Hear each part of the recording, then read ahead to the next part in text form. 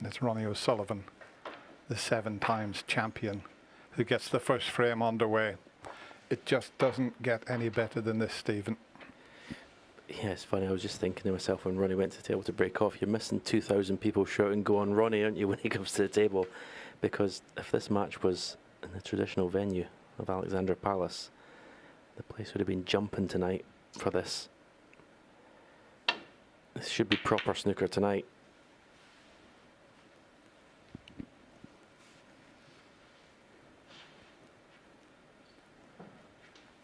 Well, we talk about Ronnie being 7 times a Masters champion. He's also been runner-up 6 times. I mean, that is quite amazing. But as Ken Doherty said before there, I just hope they both play to the top of their form, and we really are in for a treat. Look at the tournament pot success rate, 94%. That's excellent.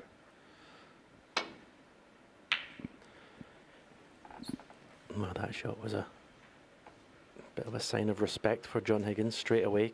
He could have played a safety shot off the main bunch, opened some reds up, but keeping it tight, playing safety off the single red. Well, as you can see, nothing to pick between them in the safety success department. Having to bend this to get the safety. He's going to catch the blue though. And first chance falls to Ronnie O'Sullivan, and an early test of his cue action in this opening frame here.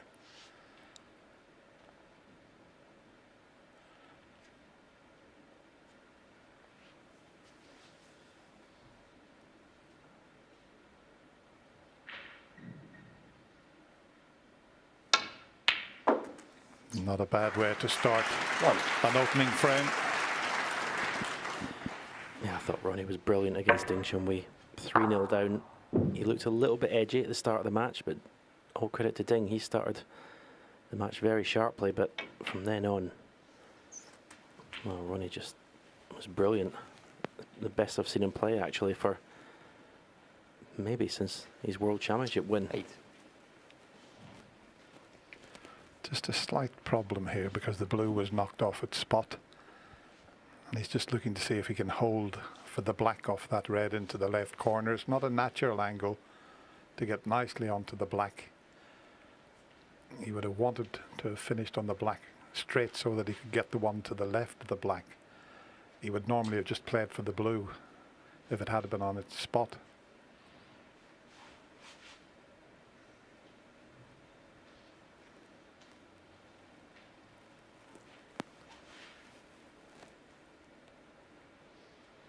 So it might have to be a balk colour and then back up to the scoring end.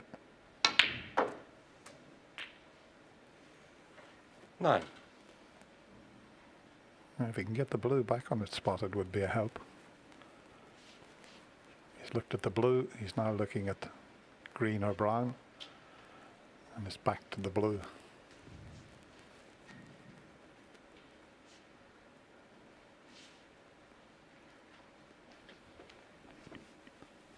It's back to the green or brown. He could play green or brown. Both would get him the same area of the table, where you give him a choice of 3 reds: the red below the black to left corner, red to left middle, or another red to left corner. So bring the cue ball into an area here. I thought I might have taken the cue ball down the right side of the table. This is okay. He's still got options. Still 12. After this red, 4 reds, I think, all potable.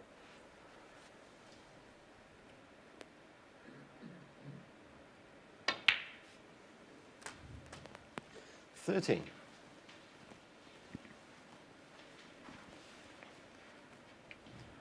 Well, he's gone up to 95% now for the tournament pot success.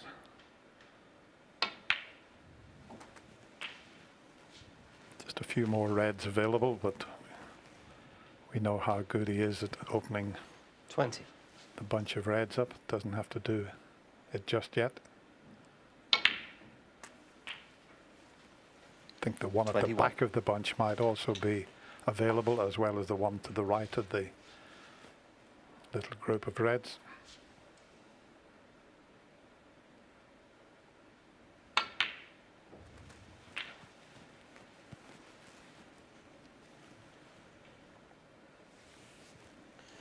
$28.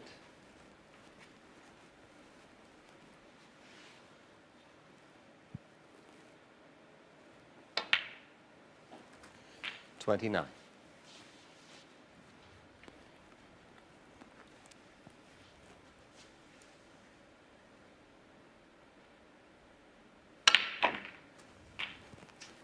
It's finished a little awkward.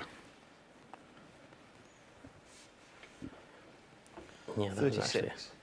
not a great shot from Ronnie. He'll know that. Didn't plan to be screwing the cue ball back to this cushion, so didn't quite get the bunch of reds the place that he wanted to make contact. And that was a more difficult shot than he 37. made look.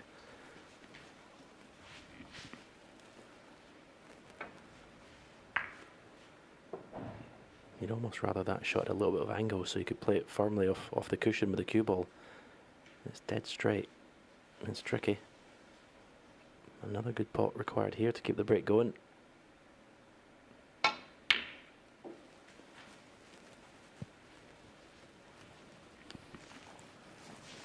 And he's going to need another good pot to keep the break going.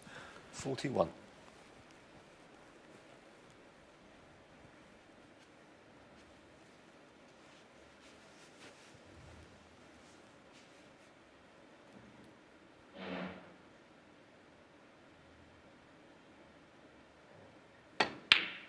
Oh, I'll tell you what. 42. How well is he cueing in this opening frame, because that green was a distraction there.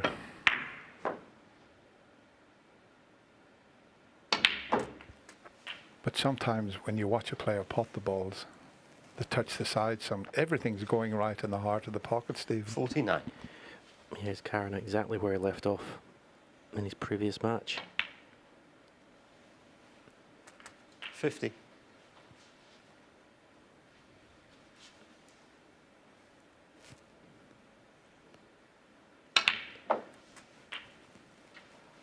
I've heard that he has been practicing hard since the turn of the year. And 57. there was evidence of that in his first round match against Ding, and this is what happens when you put the work in. You're sharp and you take advantage of the very first chance you get in the first frame. You don't need to warm up, 58. you don't need to get into the frame before you start playing well. You're on it straight away.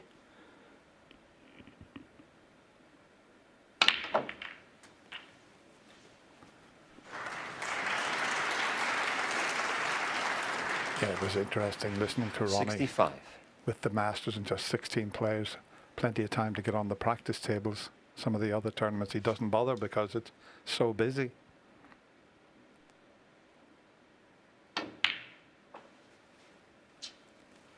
$66.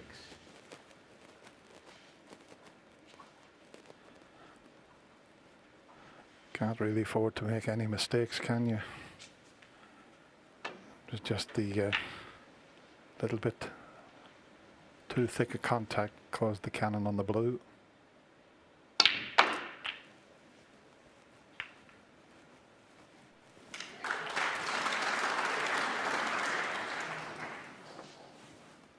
$72.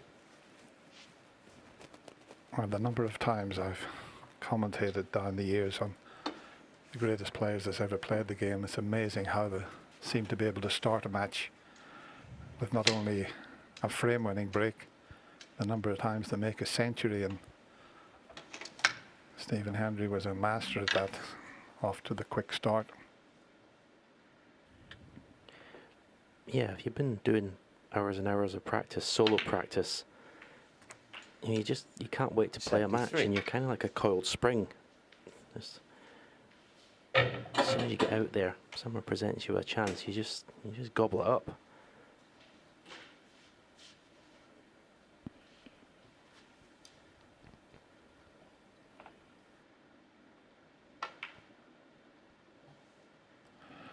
Oh, that's a beautiful little shot. To hold the white from that angle was terrific. Now every 80. chance of the century. We've had 20 so far in this 81. year's Betfred Masters. Ronnie's had 2.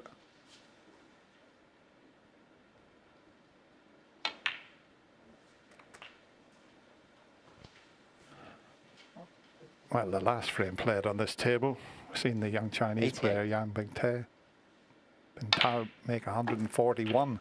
89. This is the first frame after that.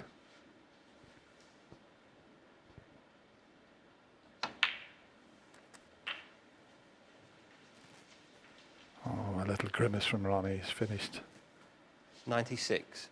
straight on it.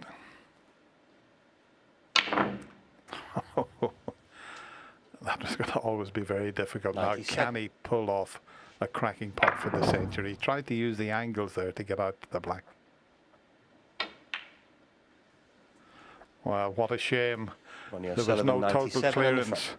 but what a fabulous start from the 7 times Listen, champion. if you've got as much talent as anyone and you outwork the field, it's a pretty good combination. Into frame 2.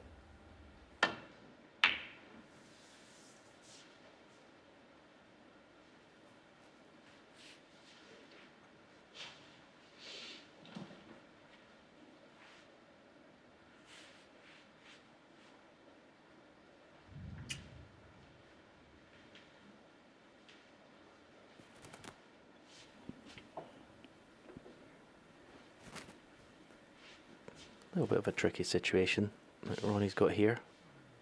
And the red on the black cushion is just stopping him playing the containing safety shot, sending the red up to balk and leaving the cue ball down this end of the table. So just having a think about this. Well, if he can see enough of the red, he'll take the pot on because it's a tough safety shot. He can pot this and get over the left side of the table and finish on the black. I think the angle, he doesn't really want to be taking that shot on, but there's no easy safety.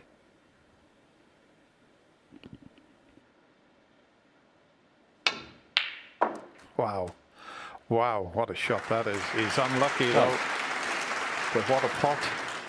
Fractions away from being right in again in this second frame.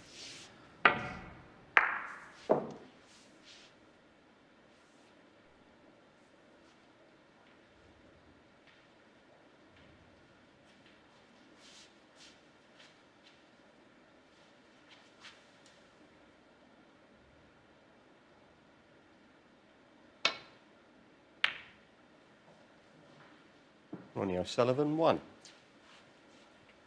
Well, this is the first possible, well, you have to call it just a half chance that Ronnie's left there. Now, Ronnie knocked a long red in the opening frame, but this is even more difficult.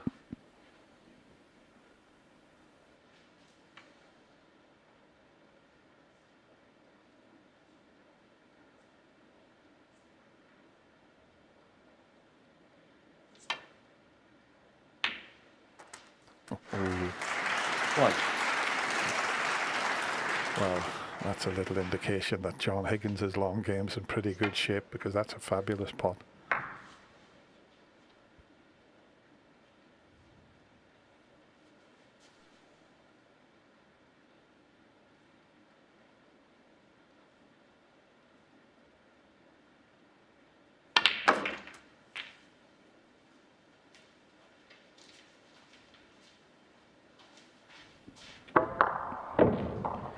Eight. Yeah, this was the red he was always going to be on. Going into the bunch of reds.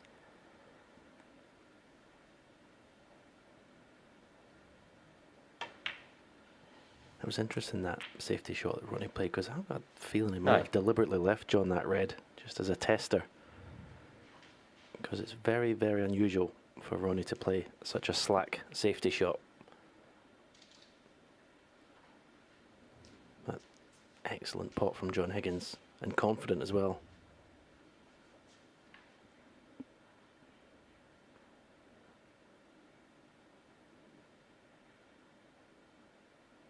I think we know that Ronnie's going to score heavily whenever he gets in tonight, so this is an important 14. visit to the table for John. He's got to answer, Ronnie, with some high scoring of his own. 15. Okay, he could win frames in sort of 2 or 3 visits, but that's not going to put pressure on his opponent.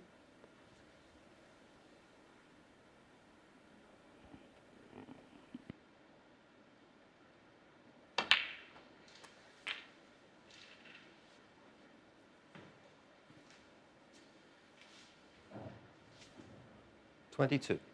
Just a couple more reds that are available for John. Then it starts to get rather difficult.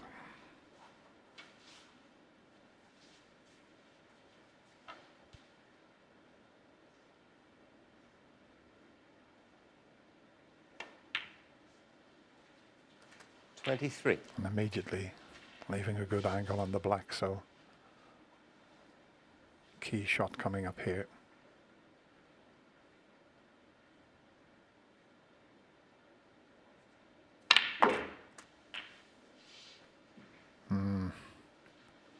Hasn't quite worked out. He's still got a pot, but it's a 30. thin one. This is a new cue we were talking about in his last match that John's using with a titanium ferrule on the end of it there. Oh, this one goes to the middle.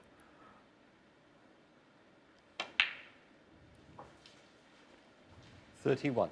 Looked as if he just ran out of position there, but he was okay. That's the ferrule on the end, the little brass bit.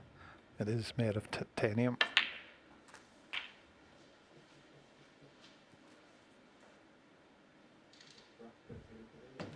$38. Yeah, that was a... I can get away with saying a brass bit made of titanium. And you come from where I come from.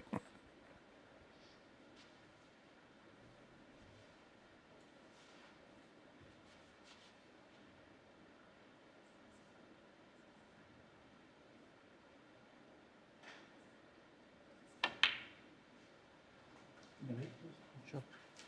39. Couldn't get right side of the blue. It was too straight on the red, so he's going to have to go in and out of bulk. If he wants to get close to a red, he can always drop the blue in and leave himself a mid-range red.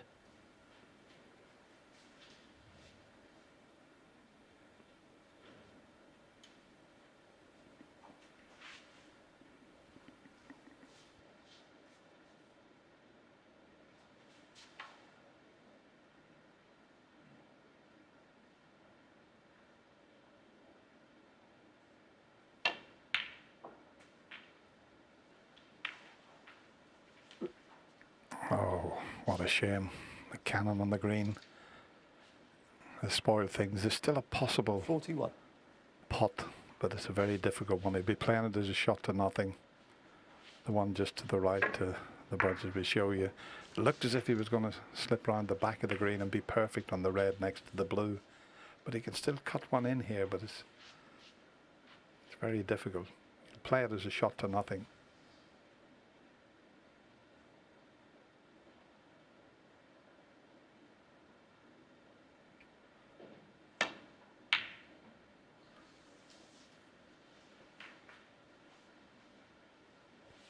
John Higgins, 41. Well, it's a very good effort from John Higgins, and without the cannon on the green, he probably would have scored enough to have won the frame.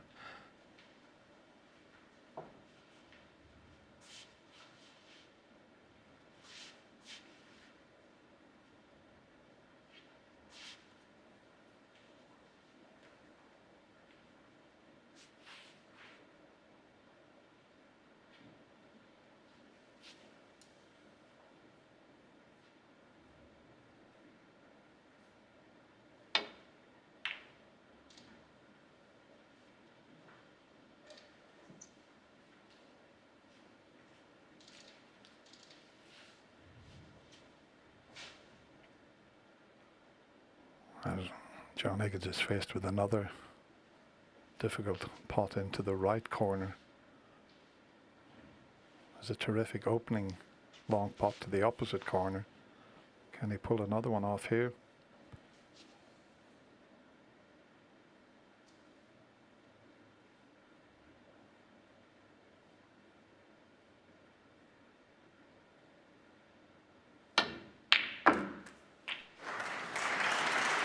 1.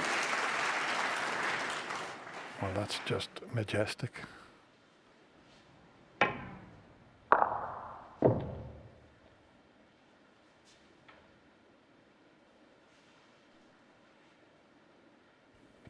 Well, John did say in those little interviews at the top of the show that he felt his game was ready to compete with the best players. He certainly looks in fine form. 2 excellent long pots so far in this frame.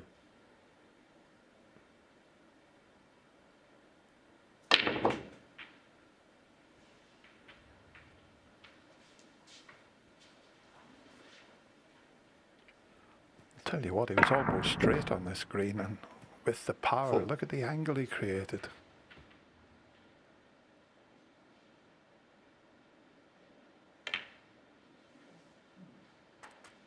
Five.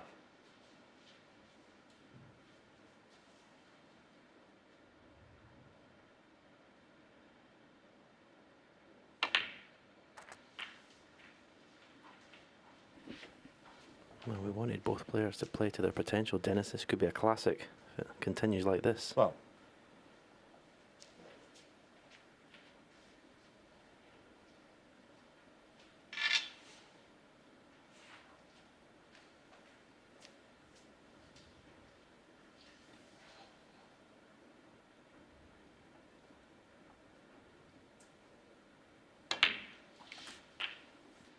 $13.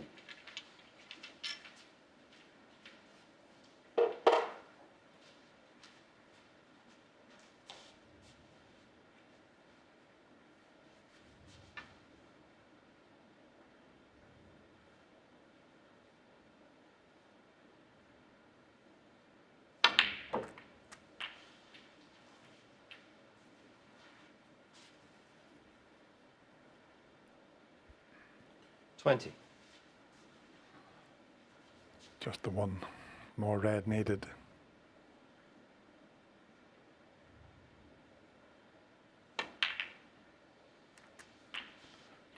What a 21. wonderful start to this quarter-final match. The one we were all waiting for. See these 2 legends of the game compete.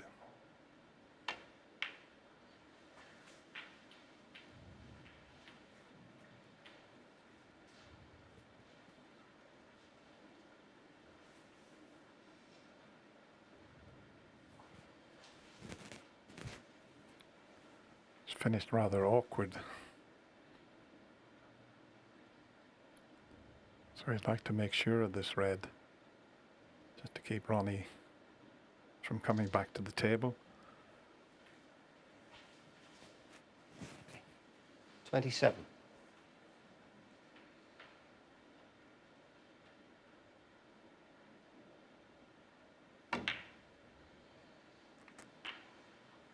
$28.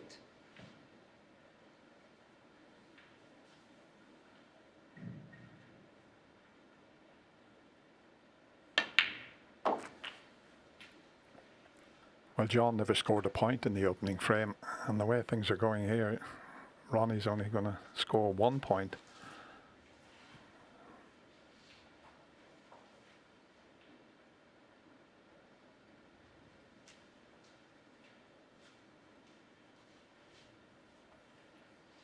$34.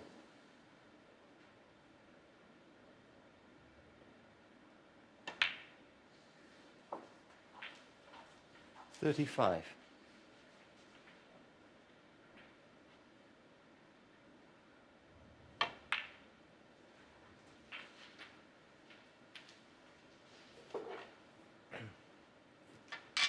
$40.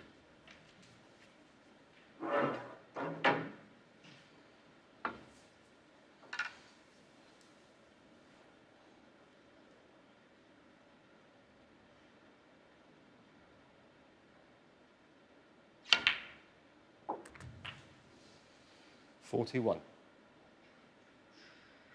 Some shot now. Well, he's playing the pink. I thought he was going to try and get the green all the way around the table, but he knows Ronnie's going to stay in his seat. So Higgins 41, I'm afraid. good response. Dennis, you didn't think you were getting away with that one, pal, did you? Oh, back to you, Dennis. Oh dear mate. He's got his own back as the darling of Dublin. I keep ribbing him about when he said he's got to take the game by, or take the bull by the scruff of the neck.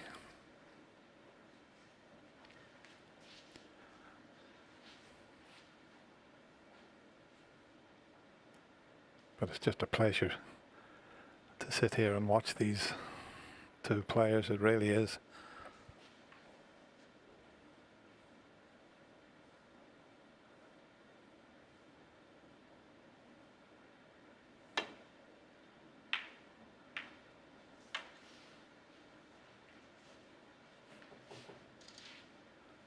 Ronnie tapped the table when the white was a long way off where it was going to finish. He knew that it was going to be tight on the cushion.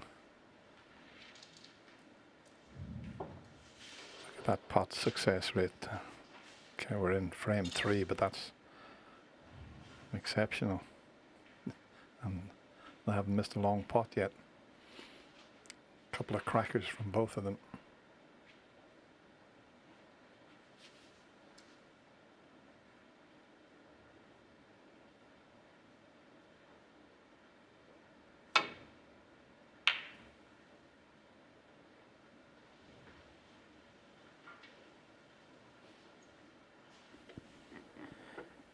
Ronnie knew that he was going to be bringing the red up the table, because the only way he could get the cue ball back was making that thick contact on the object ball. But he was just hoping he could get a good cue ball. And he's left John a pot.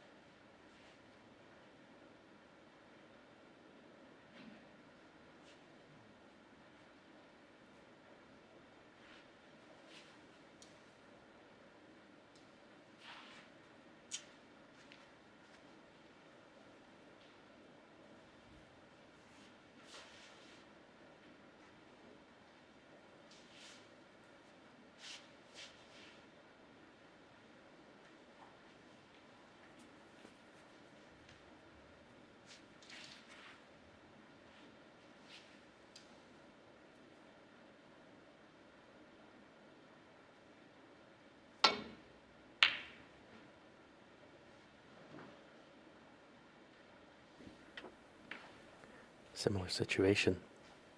Knew he was going to be bringing the red. Well, the red was going to be following the cue ball back up the table, but it was the only way he could get the cue ball back there. Me and Dennis, we talk about the lack of crowd, don't we? But you can feel the tension out there, can't you, with these two players?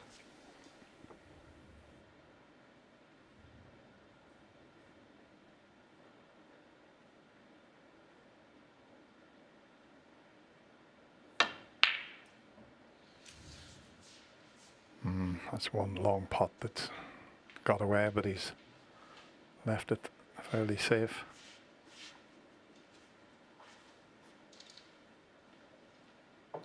Plays a big part in the game when you have a go at a shot like that and you manage to knock it safe. Sometimes when you're struggling a bit, you take that shot on and the red always seems to go over a pocket.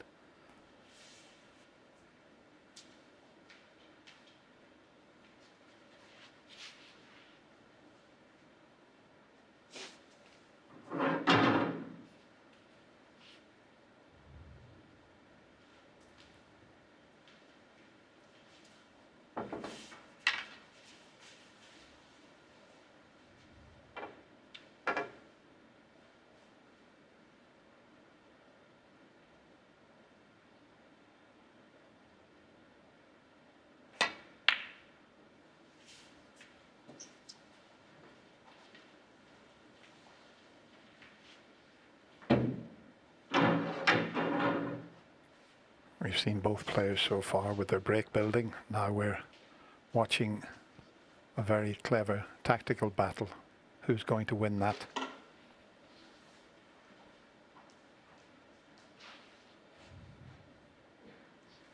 looked at the plant, but it's a safety shot. If the plant went in, that would be a bonus. Highly unlikely.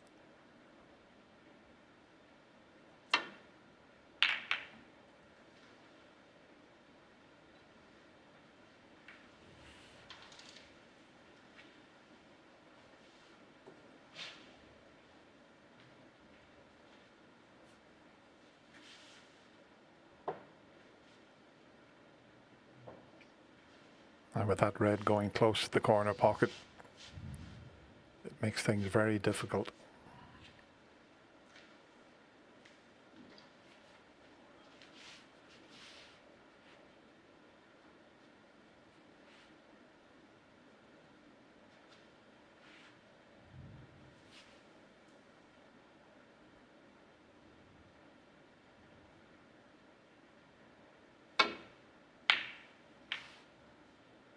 Caught that one a little bit on the thick side, but is the blue coming to the rescue?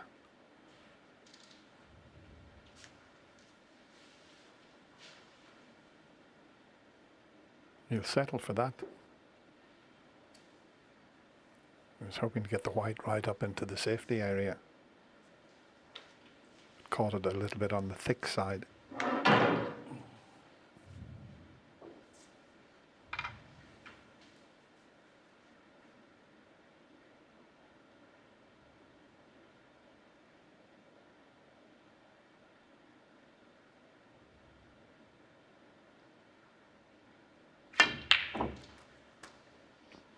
Well, that's a great shot with the rest. One. That was far from easy.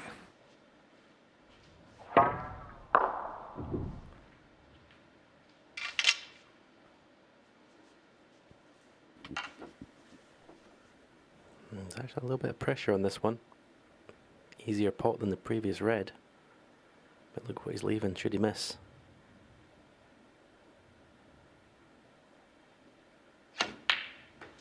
Yeah, well played. It's talked about as being a weakness in John Higgins' game, his rest play, but those were two very good pots. 8.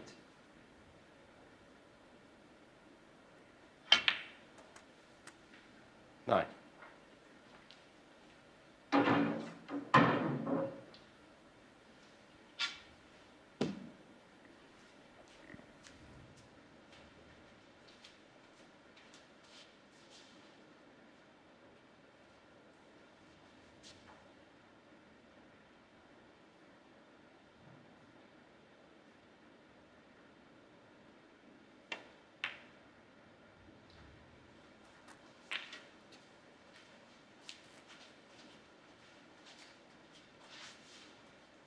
$16.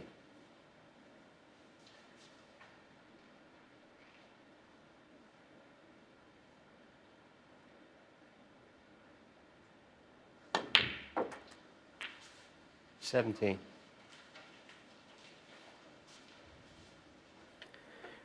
Three reds above the black. He's got an opportunity to stun into the right hand side red of those three.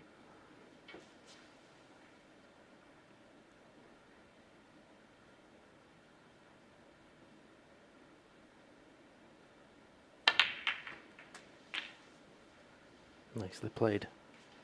Choice of two reds, left corner, right middle.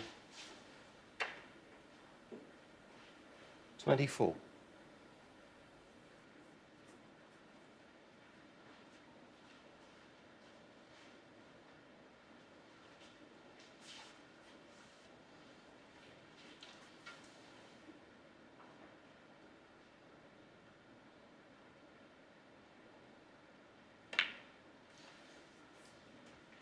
$25.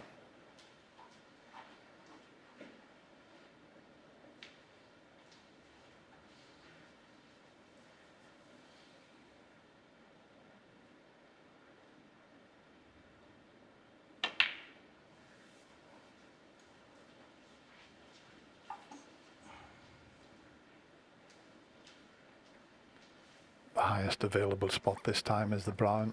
31.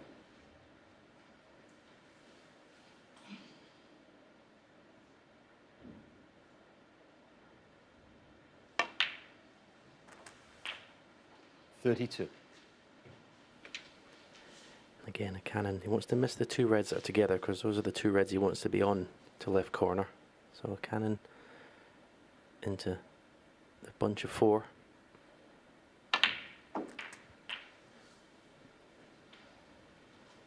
Not on the two reds that he was playing for. He's got one to the right middle. 39.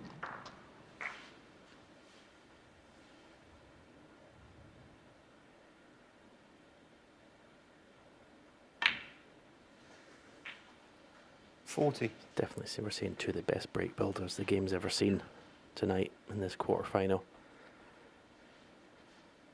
Both when they get in amongst the pink and black, very rarely lose position. Always play the right shot.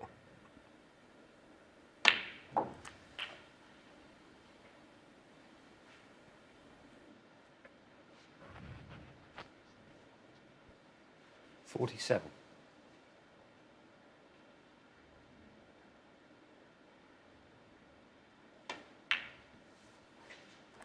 You're looking at a player that's made 816 centuries in his career. Ronnie, the first ever player to pass 1,000 centuries, which is incredible.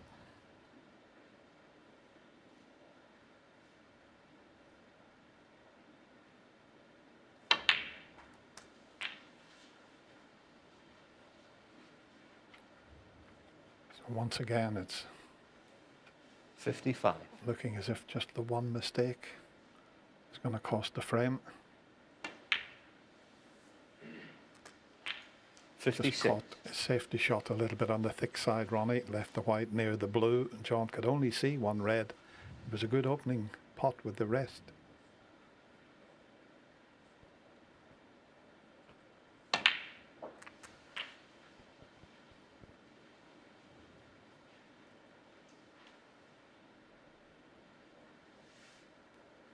$63.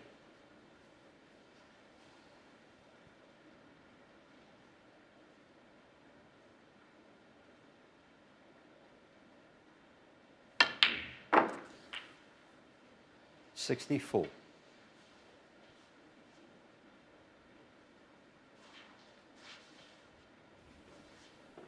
You'll probably use the two reds that are close together, use them as a kind of stopper to hold the cue ball in the middle of the table.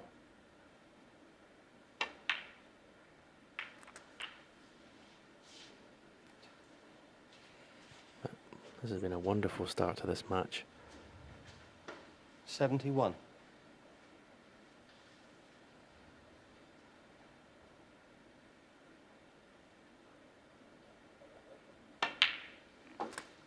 $72.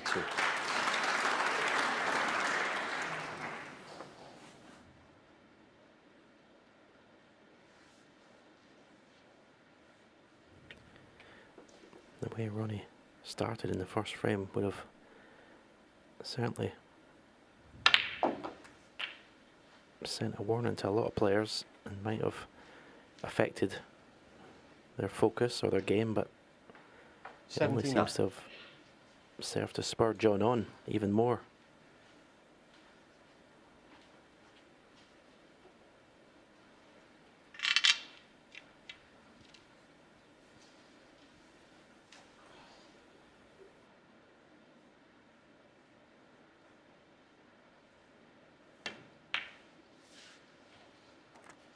$80.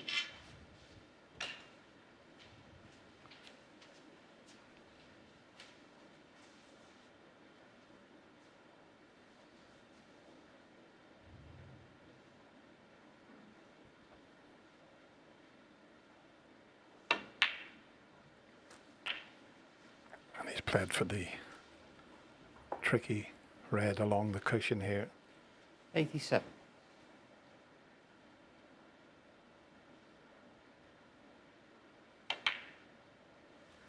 Could possibly beat 88. the high break here, and he's got an angle to maybe bring the other difficult red into play. If the angle's there, he'll take it on, and then all three reds will be available.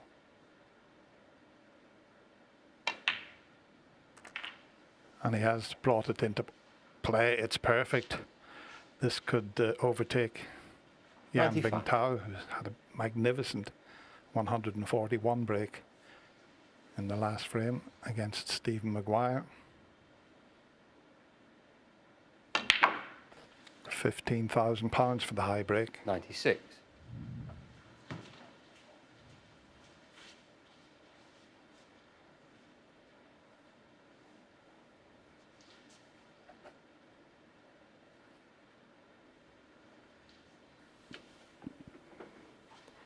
You can see he's just left himself an awkward angle on the black.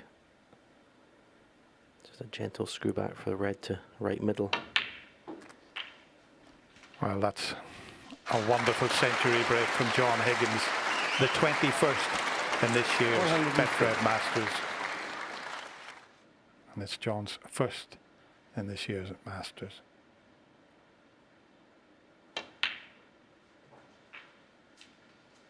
$104. It's been absolutely flawless.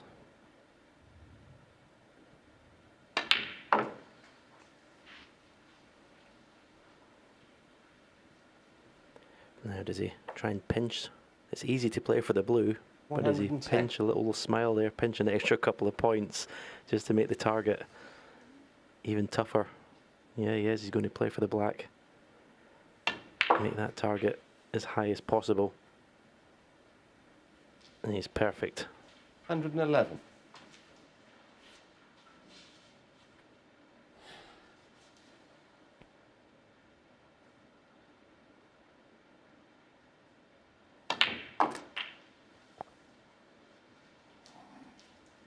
Pinpoint accuracy with every shot here. 118.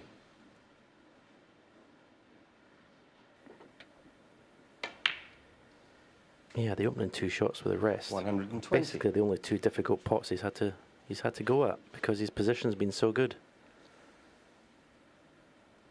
Absolute masterclass in cue ball control and break building. 123.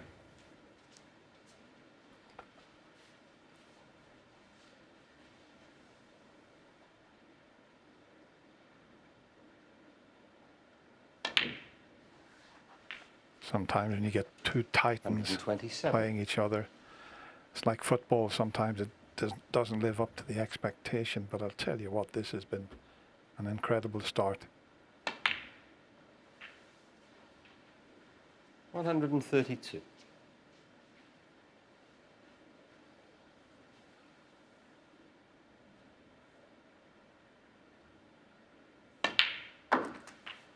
$138.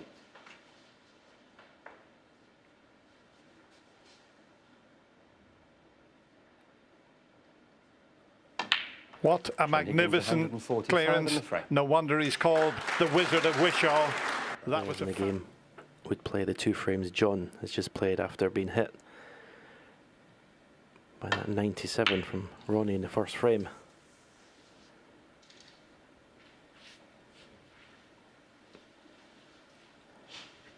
Both players would be a little bit disappointed to see that red's going next to the black. It could sometimes indicate a slightly scrappier opening to a frame.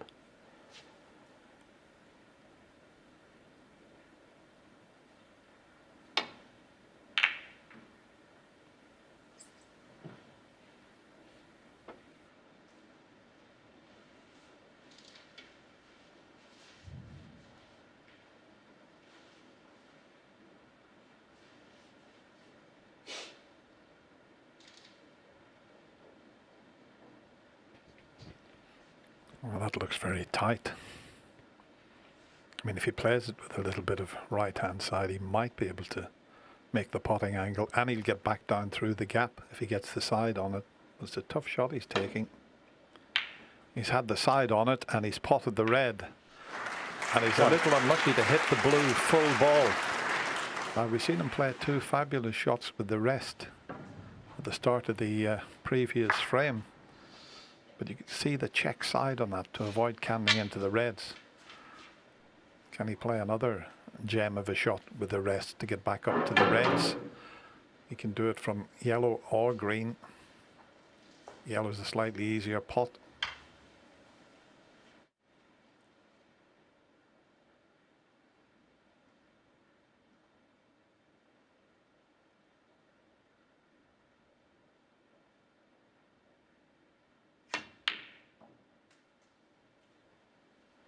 How's your luck here with the kiss, John?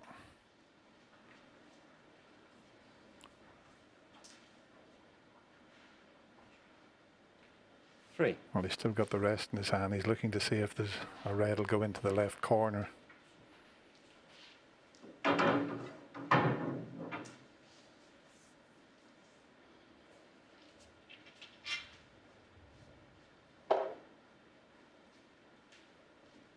I think it all looks a bit tight into this left corner. He's having another look.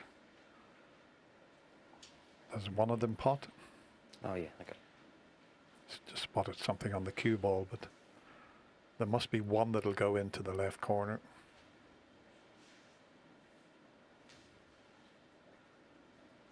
Yeah, just about.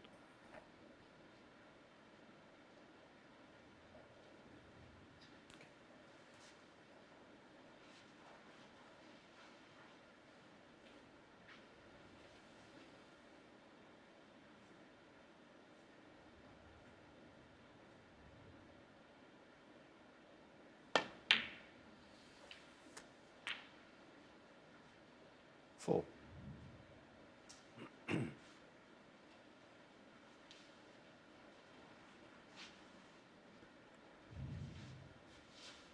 think the blue goes, which will help to get it back on its spot because the black's out of commission. Pink, I think, is just okay.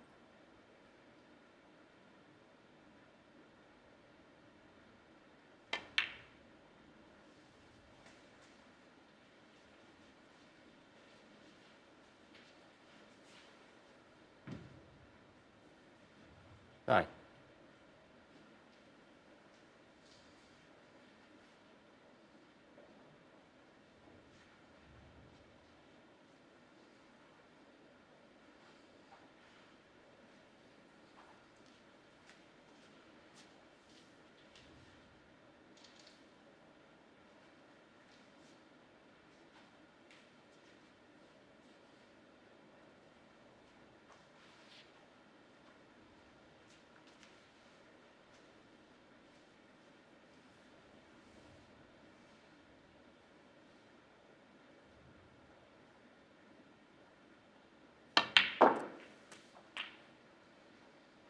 Ten.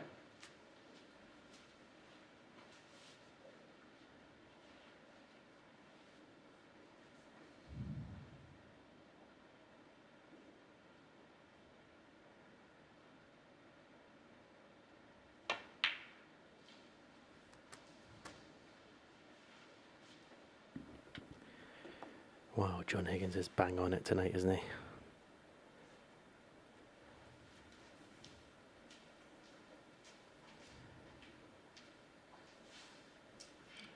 I said earlier that Ronnie is probably playing some of his best snooker since he won the World Championship. It's been a while since I've seen John play this well.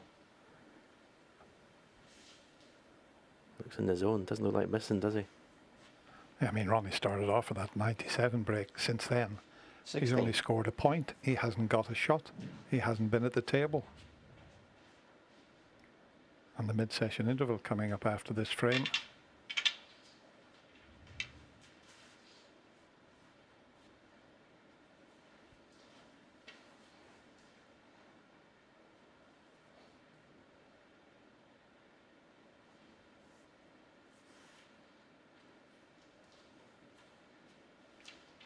It's just so awkward now with the pink and the black tied up.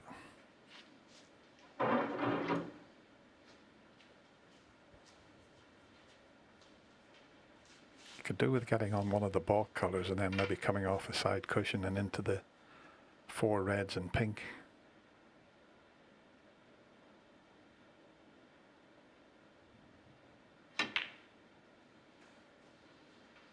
$17. The only thing is that red, the right side of the table is a little bit in the way of doing that, so he may play on that. He's got another red the other side of the table before he thinks about leaving an angle to cannon into the reds and pink. That's about, what, 3 shots away?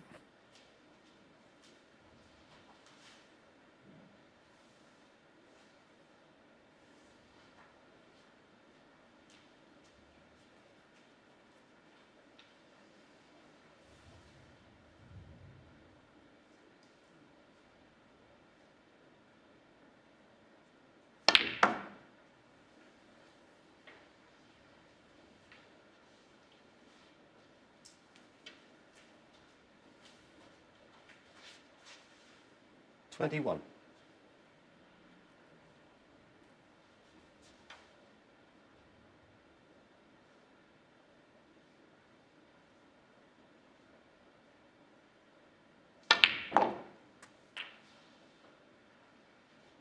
Twenty-two.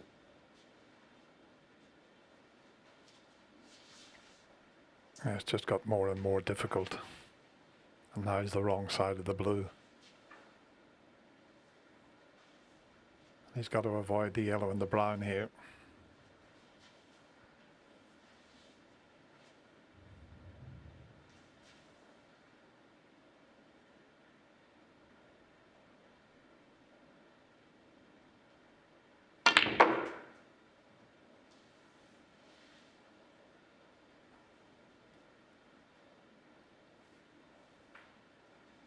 Just about okay. 27.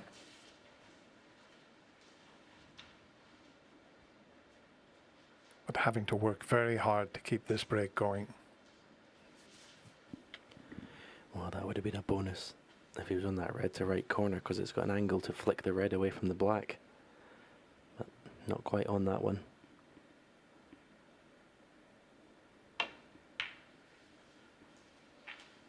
$28.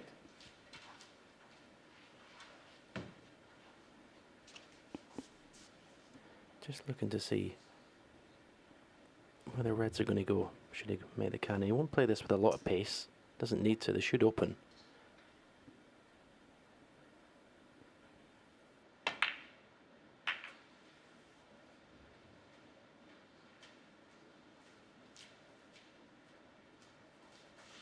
$33.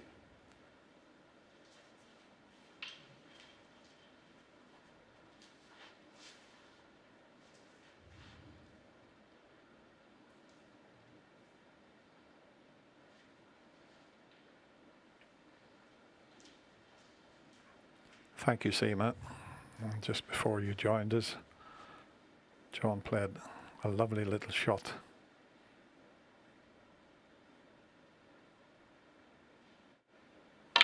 The pink and black 34. were tied up, and he played a delicate little shot to develop the reds and pink.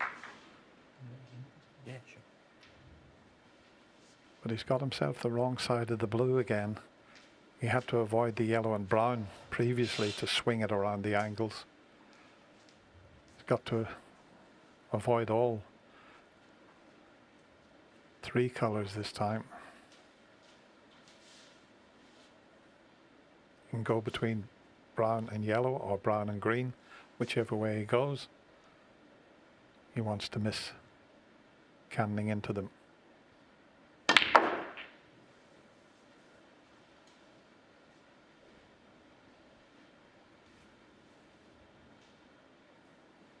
$39.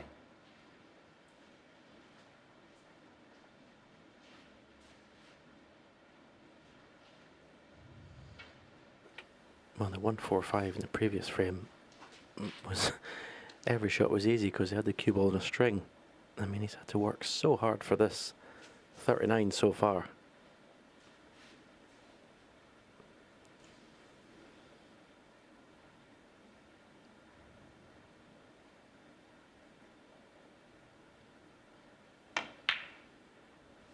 But he just keeps potting balls, and they keep going in the middle of the 40. pockets.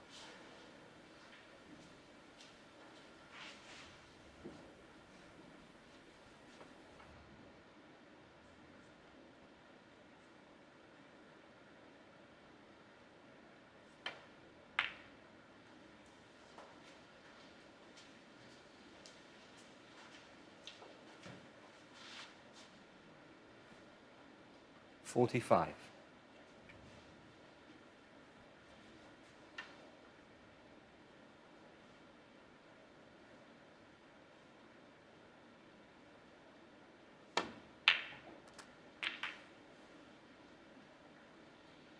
$46.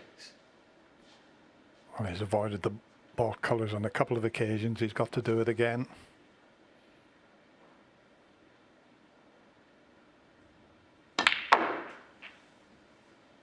Which he has done.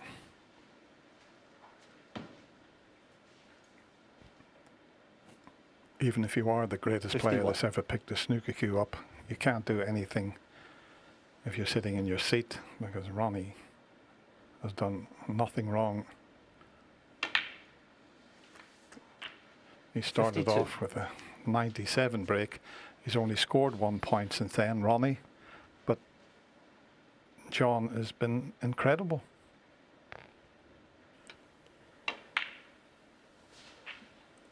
Yeah, and it all started off, I think Ronnie went back to his chair thinking it was pretty safe in the beginning. 57. Started off with an excellent long red jaunt.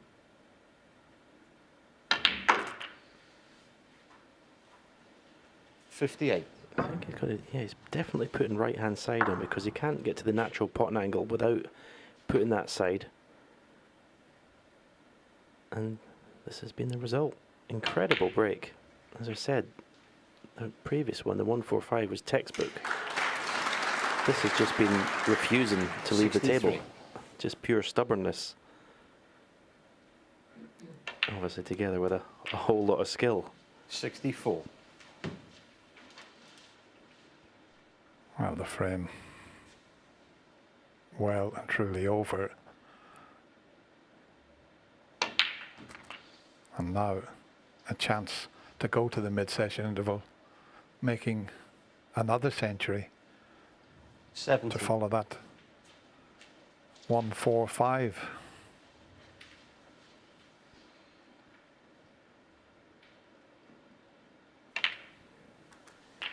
Man, these last two 71. frames is as good as you can play snooker. It's just been wonderful. Vintage John Higgins.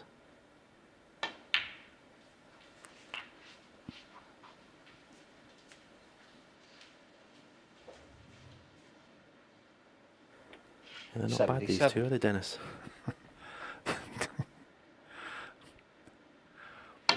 Yeah, I believe they're thinking of turning professional after this tournament. 78. Yeah. Well, we normally say with 2,000 people in the arena, you could hear a pin drop. Well, you could hear a pin drop here. There's nobody here, but the atmosphere, as Stephen said earlier, is still electric with no people here. This has been an awesome display, not only from John Higgins, but from Ronnie, 84. who only's had one chance.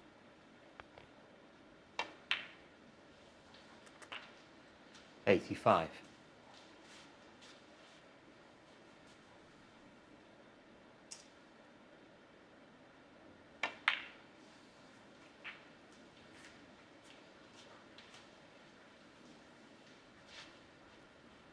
$90.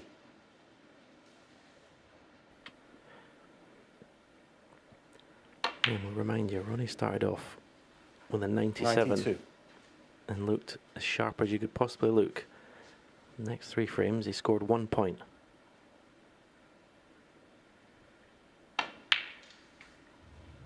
$95.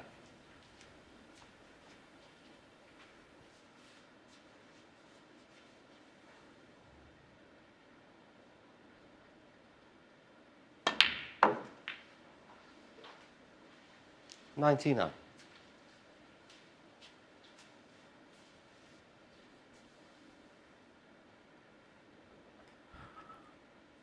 Well, that's another amazing century break from John Higgins. 104. And look at the positional shot to get on the pink. He's got that cue ball now back on a string, putting it exactly where he was. A little exhibition shot with running side. He's not going to bother with the black. 110 on the front. He made the century break. What an incredible cue in the arena. Will that mid-session interval turn things around? Normally wouldn't leave a queue in the arena when you've got a packed house there, because some of the spectators can come down and might fancy a little souvenir.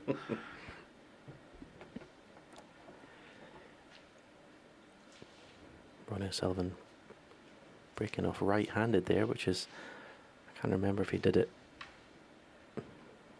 pre-interval, but normally breaks off left-handed. Just noticed when the players walked out how serious John Higgins was. So focused.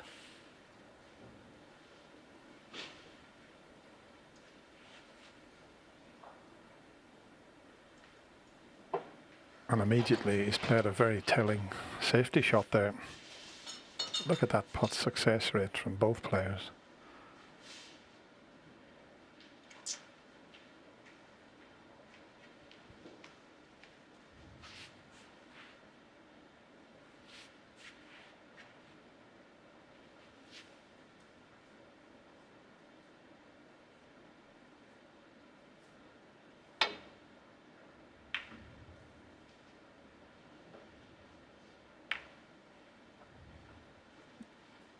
I think the green might just have come to the rescue, or can he see enough of the red to cut in? This was how he started, with a terrific cut in. We can clearly see, will he play it with side, similar to the shot when he went on to clear the table?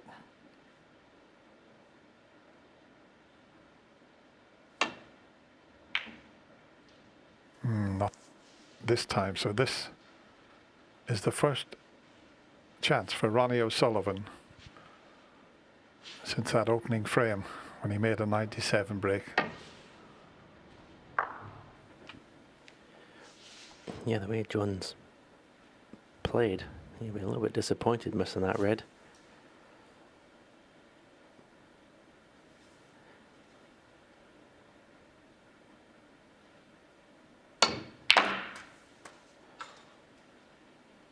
One.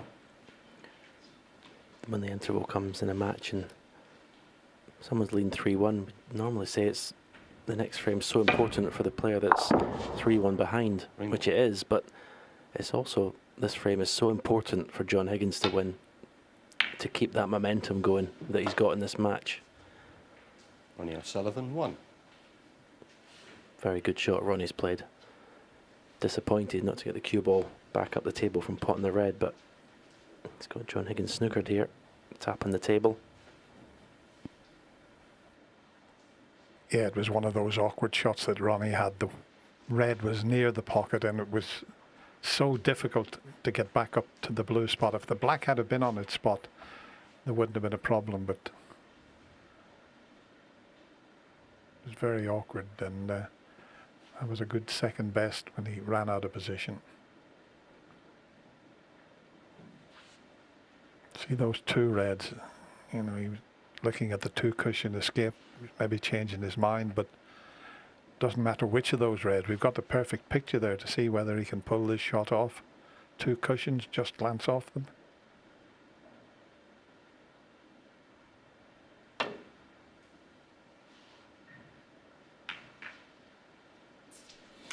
Played it well.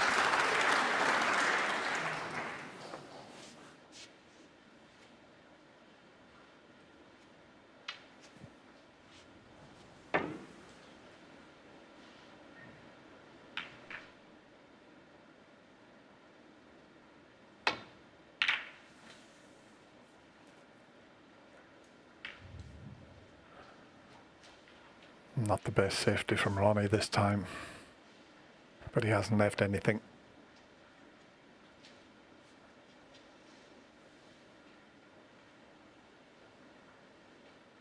Well, he'd be playing a safety shot, but can you imagine making a 4-ball plant with the 4 red sitting like that?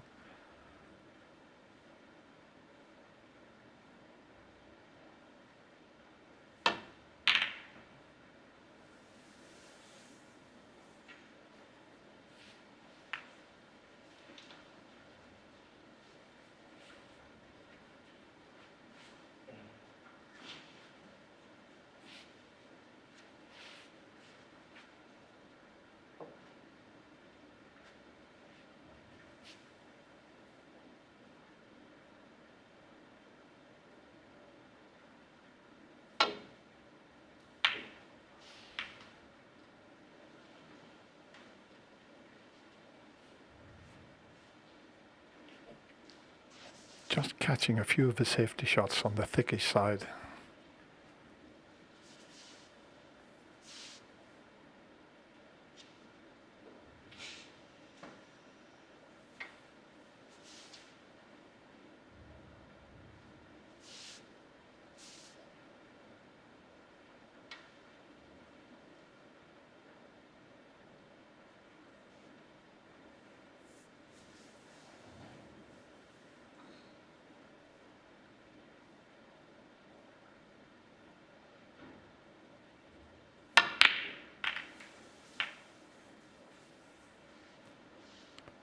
Oh, the red has come back up the table, but I think he's okay, is he?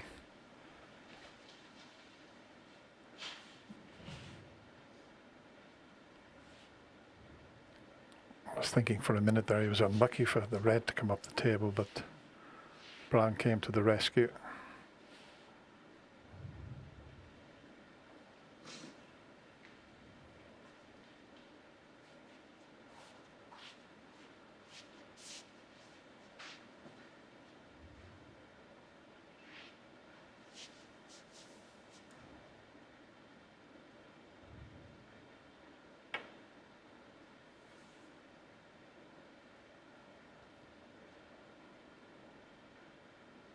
Well judged there. Thought that deserved a little round of applause.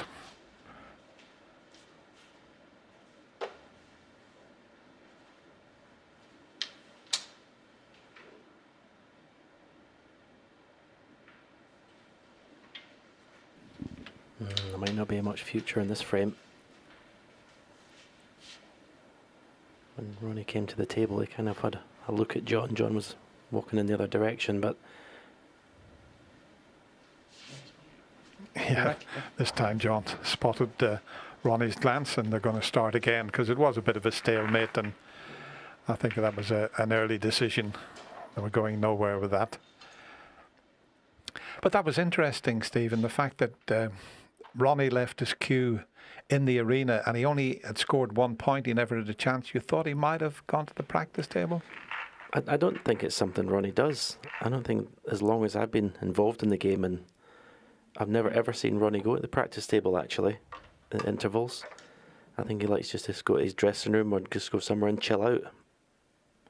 I think he would have still felt okay because he knows he did nothing wrong, didn't he? He just basically sat in his chair and watched John dominate the 3 frames. It's not as if he made loads of mistakes or played badly. Just he found out how comfy the chair was.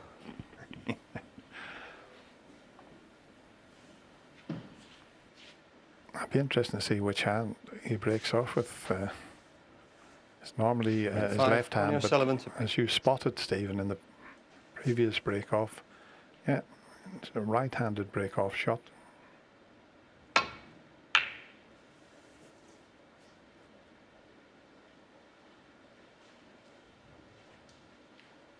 They're still finding it very difficult to get over behind the green because of the cushion sliding a little bit. And they leave this red on for the right corner, and I think if he pots it, he'll avoid the cannon on the black and red.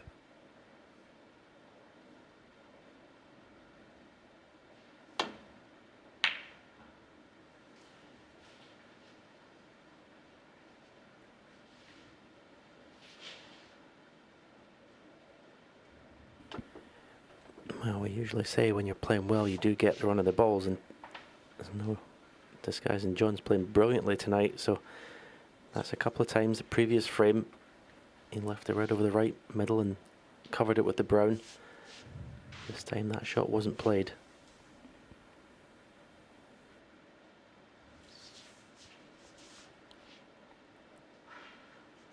Well, he was looking at coming off 2 cushion, but surely if he comes off 1 cushion in into the side of the pack, he won't leave that red that's to the right of the bunch. But he's playing into the back of them, and is it going to reach? Yeah.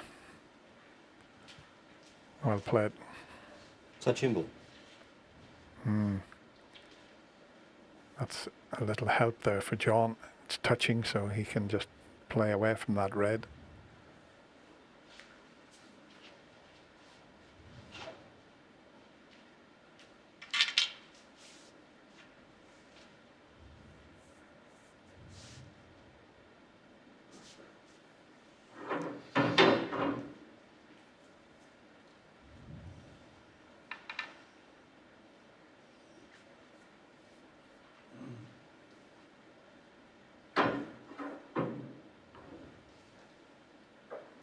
Now what is he?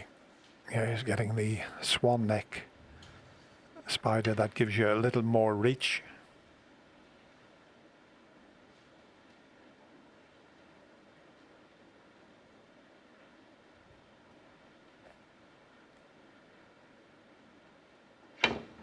Could do with a little polish the head of that swan neck.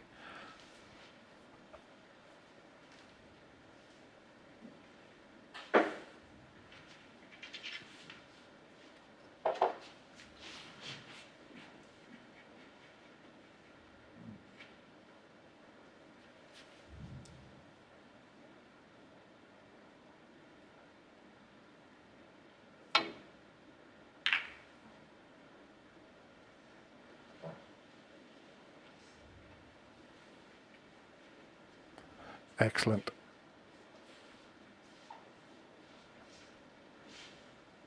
And look at the reds. So once again, one mistake could be very costly.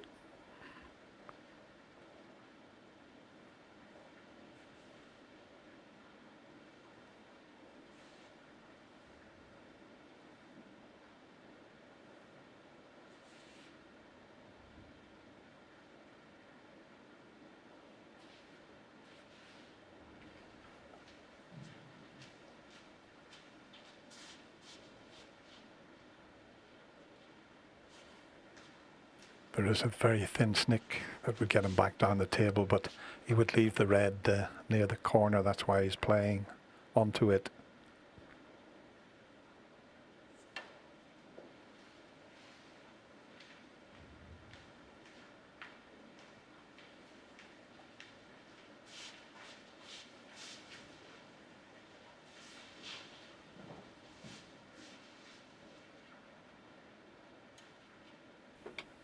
Well, can Ronnie get through to the red? I think he can. One beside the black.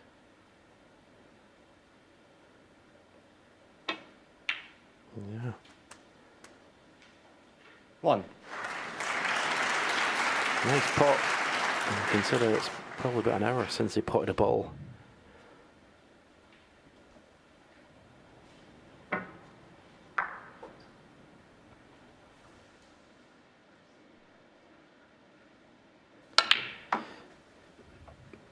So I did pot that red. It was over the pocket in the last frame, but the last frame was a re-rack, so I'm taking that out of the equation. 4.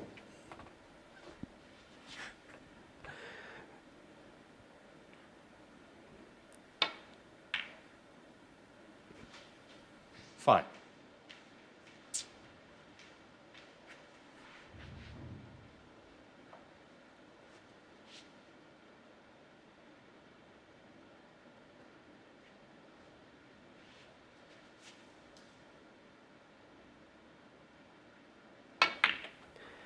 Well, whether it was 10 minutes or an hour since his last pot, this is a great chance.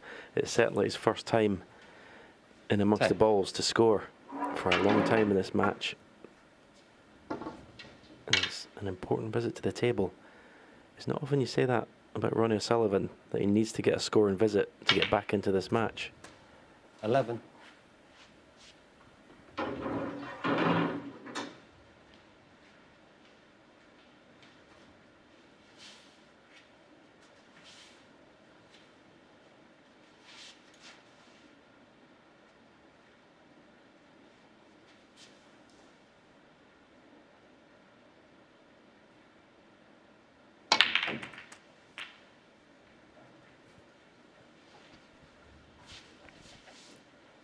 It's just a difficult 18. bunch to go into there just to know exactly what was going to happen. I think he's just okay. Oh, what? Do you know, it's amazing. I think I said, it might have been yesterday, the tables have been fantastic. We've seen very few kicks, but have a look at this one. And that has ruined his chance here. Instead of having an easy pot, is he going to take a very difficult green on? He is. Oh, well done. Considering he got a heavy contact to pot the green after that. Superb. 22. Yeah, I'm going to have to clean that red. You could see the mark it left as it rolled to the middle pocket. But you're right, that was a great recovery. Played it well as well, didn't he? you know, have a lash at it. It's very controlled. 23.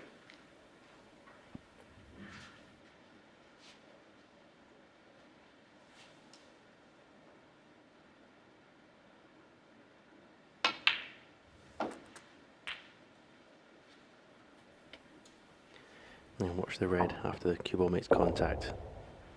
There, you see the mark. 29.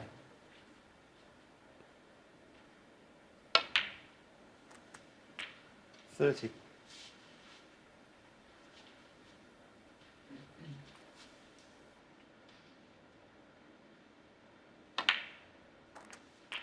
How many times have we said that the mid-session interval can turn things around? 37. Looks as if it's going to happen here because this is a wonderful start. 38. It's a frame he badly needed to fall 4-1 behind the way John Higgins was playing. Would have been very difficult for him. It's far from safe yet in the frame, but he's going along very nicely here. 45. Yeah, this is exactly why I was saying the frame was just as important for both players. You might think the player that's 3-1 ahead, they can 46. relax a bit, but not one bit of it. John Higgins would want to carry on in the same vein. But even though the two long pots he's missed since interval, and not easy by any stretch, but he was knocking them in.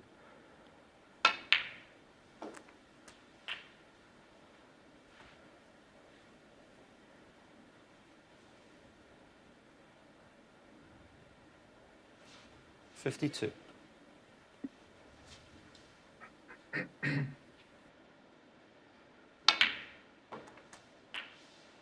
$53.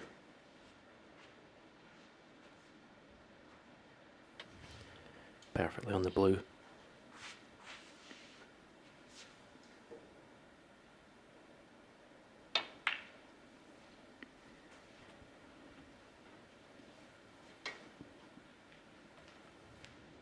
$58.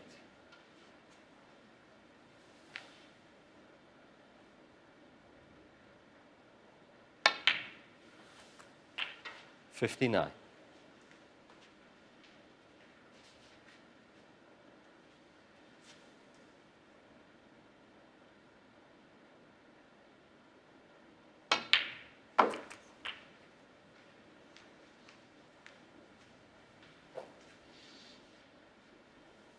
$65.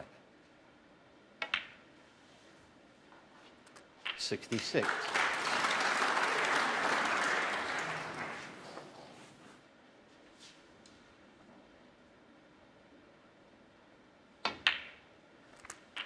Mind you, both players, when they come out this evening, they look very, very focused and up for 73. this quarter-final.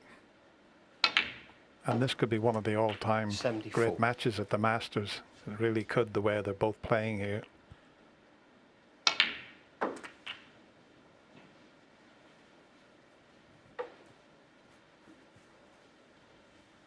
$80. I mentioned he'd 81. made over 1,000 century breaks in his career. It's 1,077. Astonishing. He had 52 centuries last season, just 16 this season, but Ronnie doesn't play in all the tournaments. 87. But this has just been majestic 88. from Ronnie O'Sullivan. It has from both players. You have to say this is as good as it gets. This break has been wonderful. So controlled. Controlled aggression. 95. The way he potted that green after the kick was just a sign of someone who's full of 96. confidence in their game.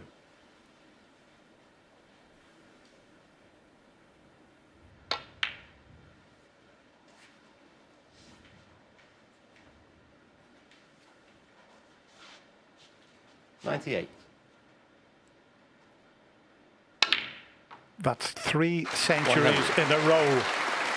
2 from John Higgins and now 1 from Ronnie O'Sullivan. What a standard. 103.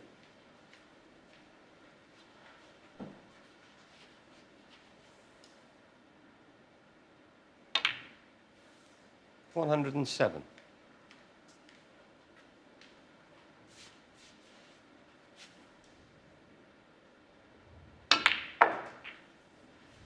112.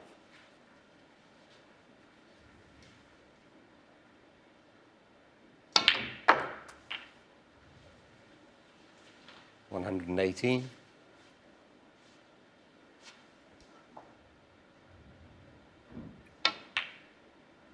'Well, I hope you're enjoying this at home, because we certainly are here at the Marshall Arena.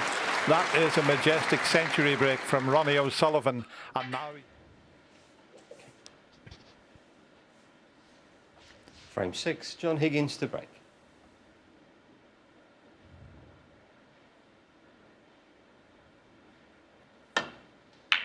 I remember not that many years ago when everyone was saying that snooker's a young man's game.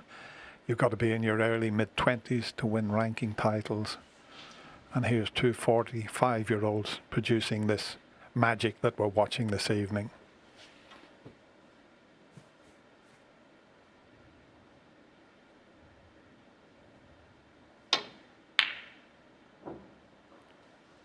Wow, how close was that? But the whites bounced far enough for John Higgins to pot this red, as we show you this one wobbled in the pocket.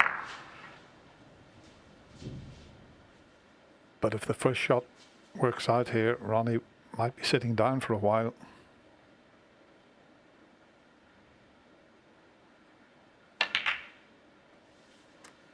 Because look how he's opened the reds.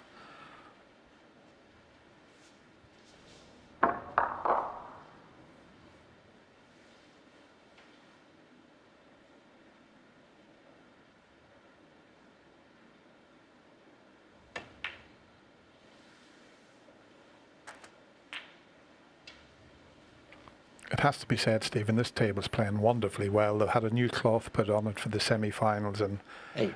just that one kick that Ronnie had, which didn't cost him, but the table's playing beautifully.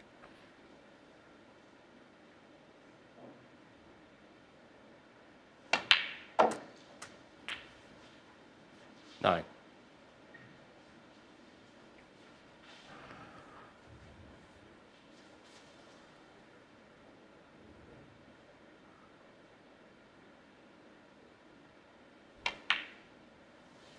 I might have said semi-final there, Stephen, did I? Yeah, I think it'll definitely. You could be right. It normally gets covered before the semis, but obviously this is a quarter final. But you could be right. But anyway, the table is playing wonderfully well. I agree with you, because the way these guys are scoring, you can't do it if the table's not in perfect condition.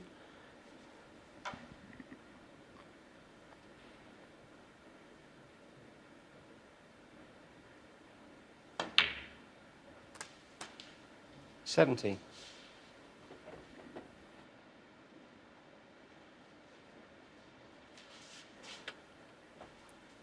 Chance to take the cue ball through the gap between the 6 reds and the 2 reds to the left.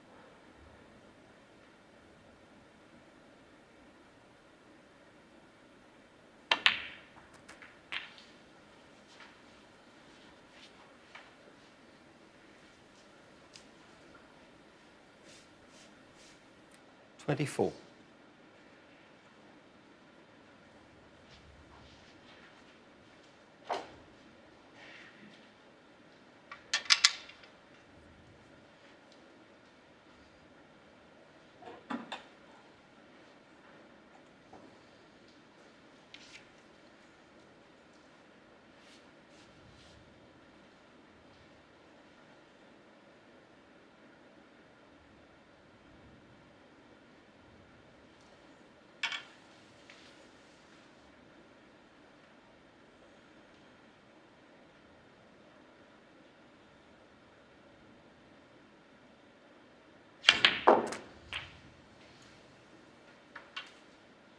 25.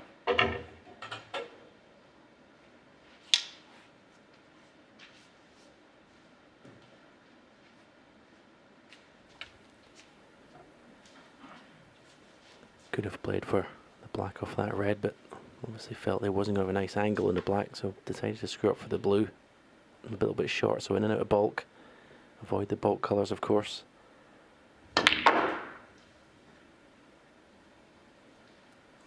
Now, what is he on? He's got the red with the rest to the right 30. corner pocket. I'm not sure if that was the one he played for.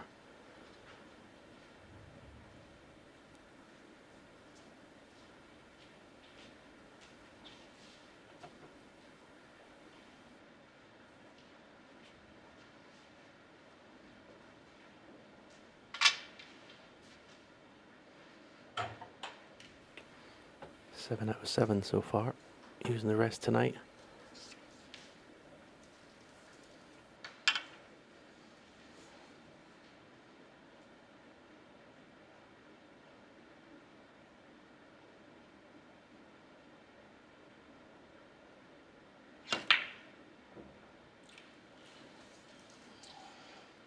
John Higgins 30. Well, I apologise to John if I put the jinx on him there. So 100%. Didn't expect him to miss that. He had nothing to do with the cue ball. He'd be disappointed.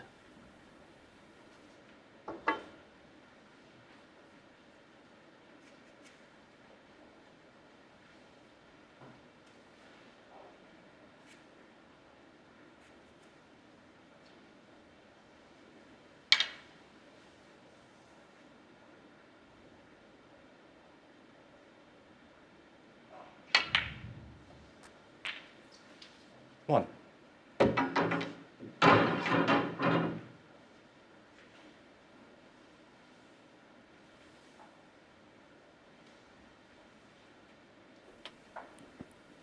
Suppose you could say this could be the first moment, as it were, in this match. If Ronnie was able to win the frame here after John was in first.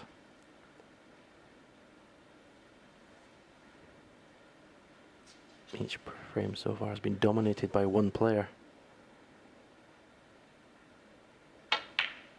Sometimes these are the frames that determine who wins and loses these matches. When you win a frame that you shouldn't have pinched it from your opponent.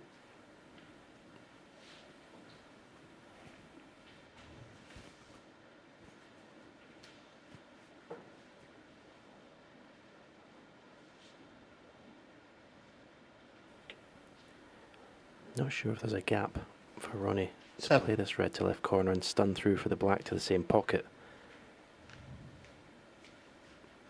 He could play the deep screw and try and bring all the reds into the open.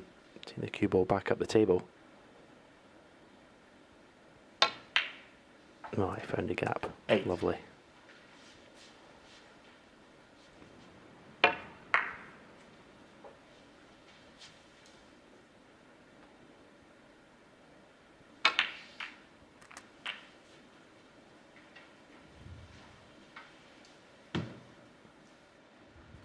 $15.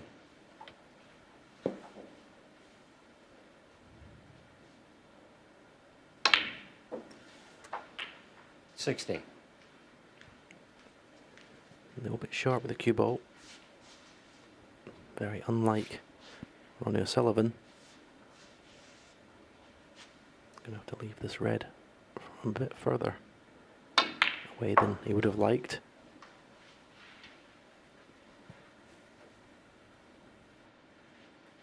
$21.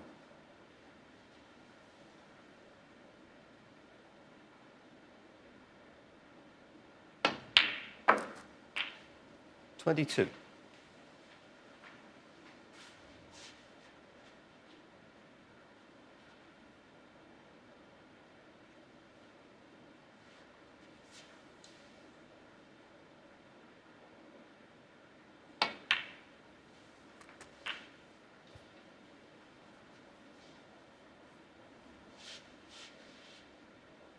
$29.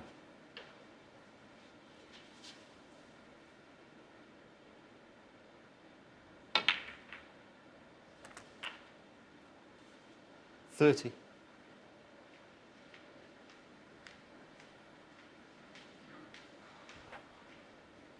even that was very well controlled because he knew he was sliding off the pack, but he didn't hit it too hard. And that kept him on the balk colours. He doesn't need the red on the right side cushion as long as he takes high value colours from 33. these reds. Stays on pinks and blacks. 34. John Higgins will need a snooker by the time he gets to that last red on the right cushion.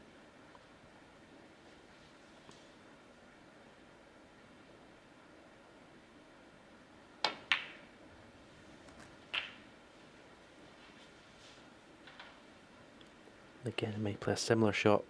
41. Just brush off the red. Just bring the pink into play and bring the cue ball up the table for blue or bulk colour. But 42. he doesn't want to take too low value colours because that means he might need that red on the right side cushion.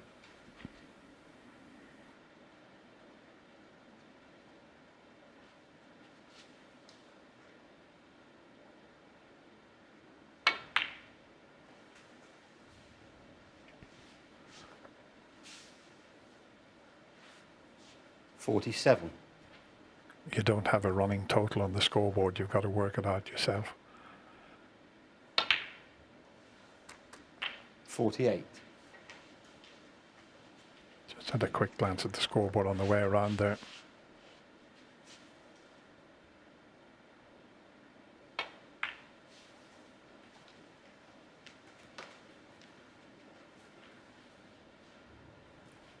$53.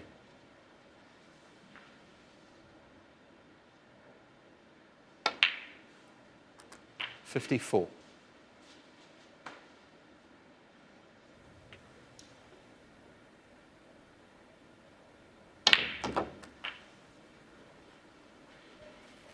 Once again, we've seen the mid-session interval turn things around. 61. It's now Ronnie's turn to keep John Higgins in his seat, doing precious little wrong. Yeah, that's exactly what I meant when I said it was 62. a massive frame for John Higgins. The fifth frame. To keep that momentum. Keep Ronnie in his chair.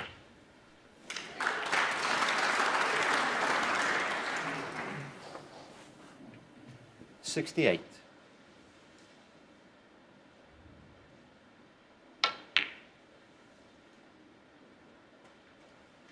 69. And it's usually John Higgins that's the unbelievable player with doubles. Ronnie proving he's just as good. And watch the side on the white to swing past the yellow. Is he going to miss the yellow? Oh, yes. 76. So this could be the fourth century in a row in this match. 78. 2 for John Higgins, and this could be Ronnie's second. So keep saying it doesn't get better than this. 81.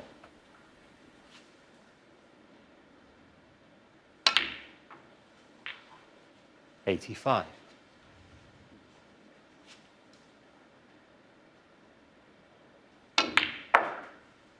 90.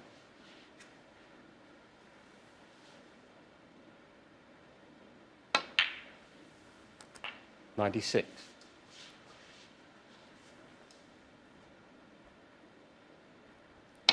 The unbelievable standard continues. That's 4 centuries All season. Back to Stephen and Dennis. And Ronnie back to the left-handed break-off shot, and he's made a poor break-off. He's broken off a couple of frames with his right hand. He normally uses the left hand, and he switched back to it, and he's made a bit of a mess of the break-off.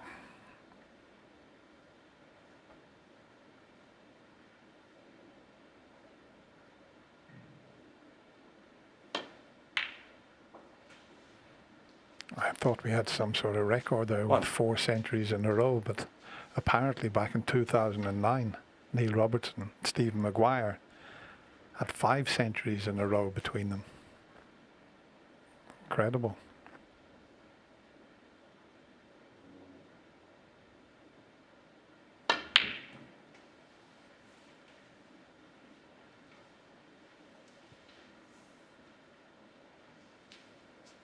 4.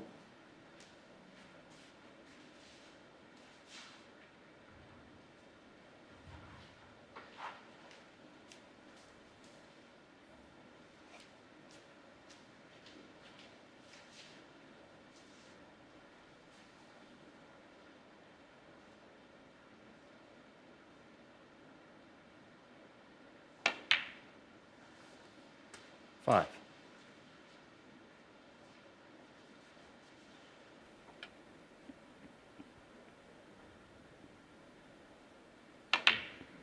And you'd be a brave man to bet against that record being equalled here. 12. You could see why Ronnie was so 13. disappointed in that break-off, because he knew there was a possibility of this coming to him.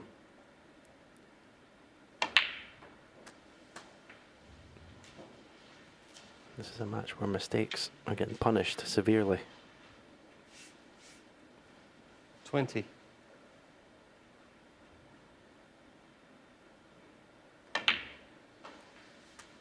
$21. Sure, we played for an angle in the black to maybe go into the bunch of reds, but that's not an ideal angle. You can see a slight grimace. You can do another inch travel on the cue ball there, so may not go into the bunch here. And we decided to go anyway. And he's got a red to the far left corner. 28. Took a little bit of a risk there because it wasn't an ideal angle, and you can see the flat line at the back of the pack. Cue ball's always going to go across to the right hand side.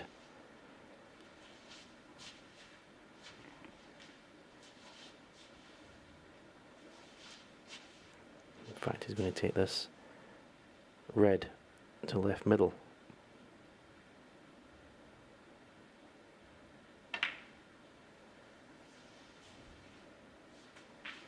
$29.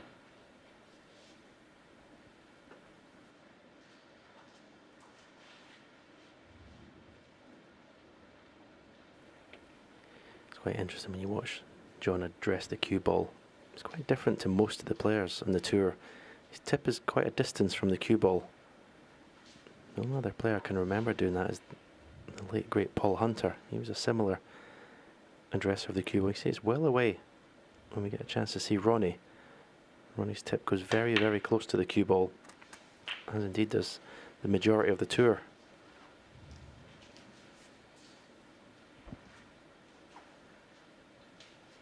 $36.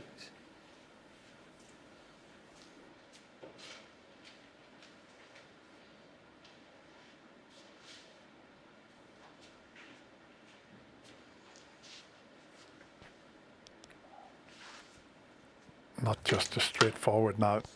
The reds look as if they're open, but they're just a little awkwardly placed.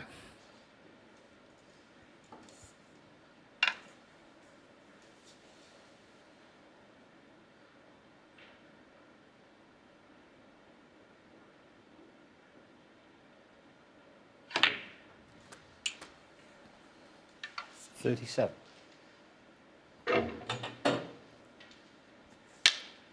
Just another inch or two and he would have been perfect to cannon into the bunch now. He might still be able to do that, but yeah, you can see he's just picking out the red he wants to cannon into, because he knows if he gets this shot correctly, it'll be a chance to take the frame.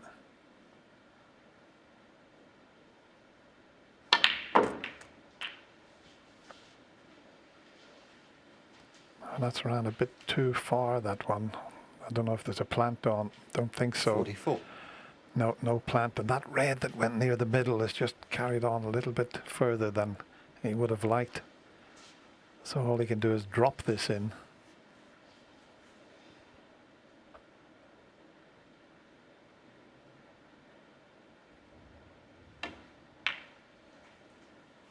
$45.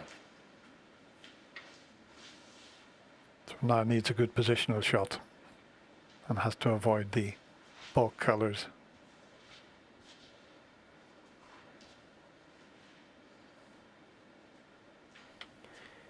Yeah, he can play for the Reds at either side of the table, really. It's his choice, how he feels.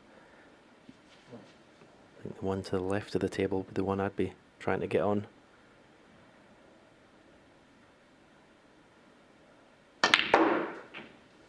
Oh, he's played a very aggressive shot, and what a shot he played there.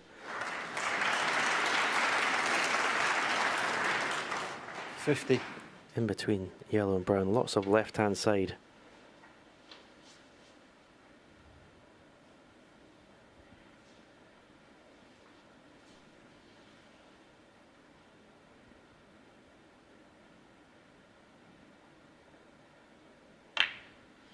That's brilliant. 51. The blue and into the bunch was the shot.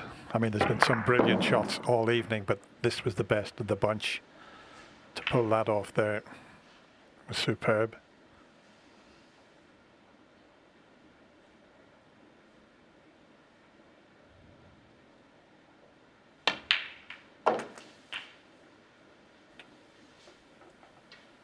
Well, if you ever wondered how important the break-off is in snooker, 57. this has emphasised it. Ronnie's break-off left-handed, much too thick on the red, which brings it back up the table. And has sat in his chair ever since. Tough school out there tonight.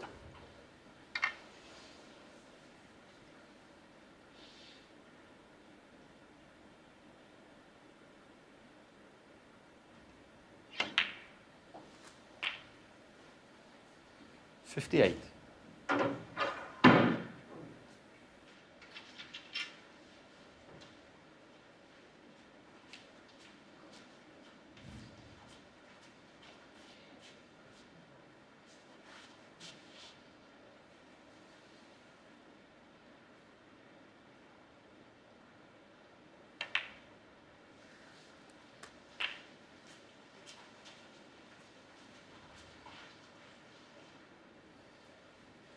$65.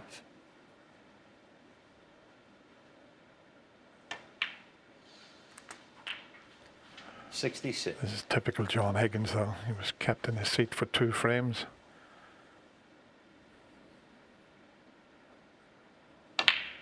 And he's responded with this. And now the frame safe. You mentioned at the start, Stephen, you wouldn't bet 73. against him equaling that record of 5 centuries in a row that Neil Robertson and Stephen 74. Maguire achieved back in 2009. It's on the cards now to equal that.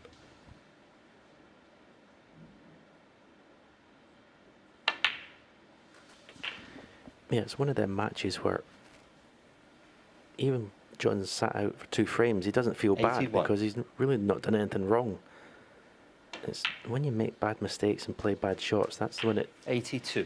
multiplies and you start playing poorly. But John would have still felt good when he got this chance in this frame. Same as the next frame, if Ronnie gets a chance, I'm sure he'll capitalise because he's made the bad break off, but he's not missed any pots. 89.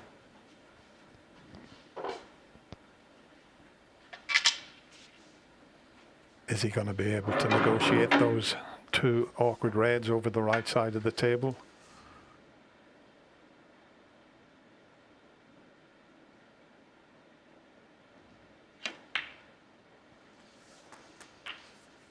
$90.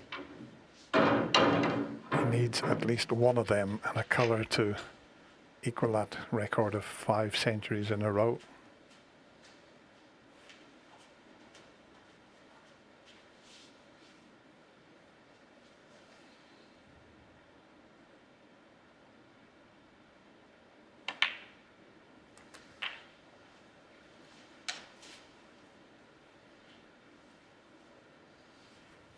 $97.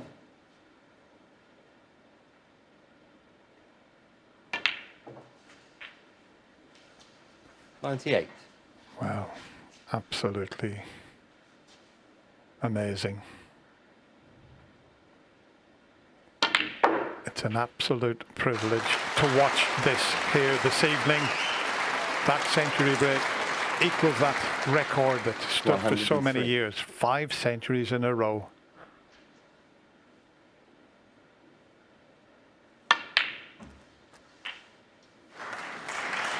$104.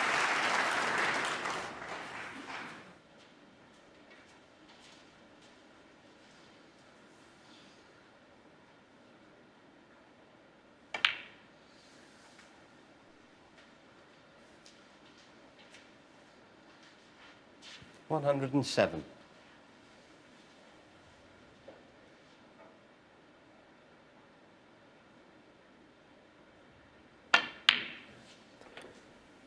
Two of the best players 109. ever, making the game of snooker look ridiculously easy.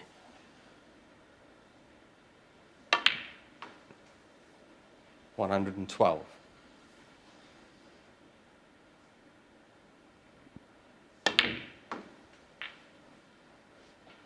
$116.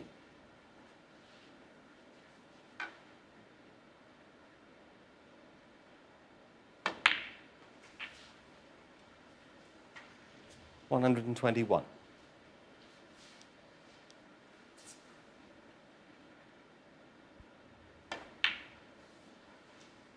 $127. It's an absolute privilege and a pleasure to be watching and commentating on this. That is an amazing break from John Higgins, and the standard continues. Who's going to win this intriguing quarter-final?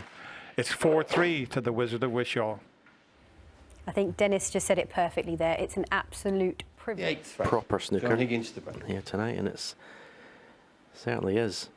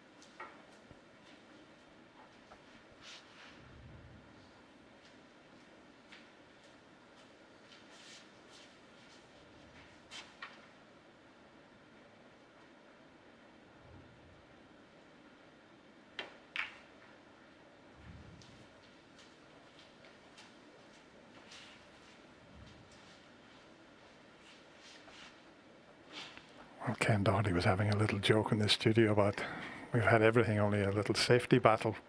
We might get a bit of tactical play here.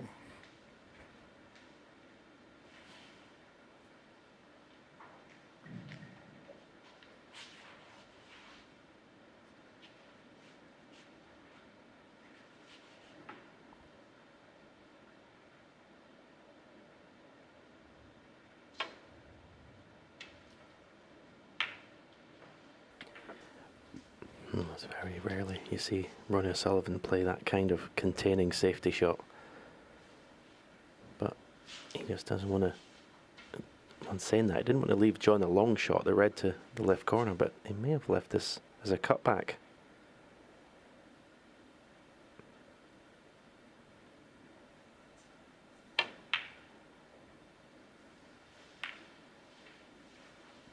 He's got away with it though.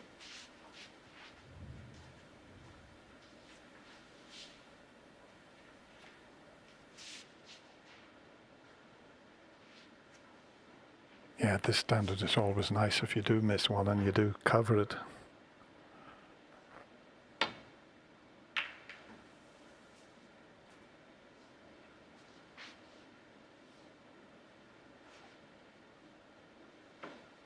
That's extremely good there. He's blocked off the escape route down the right side of the table. And because of the two reds, the left side of the table. The escape down that side is very difficult.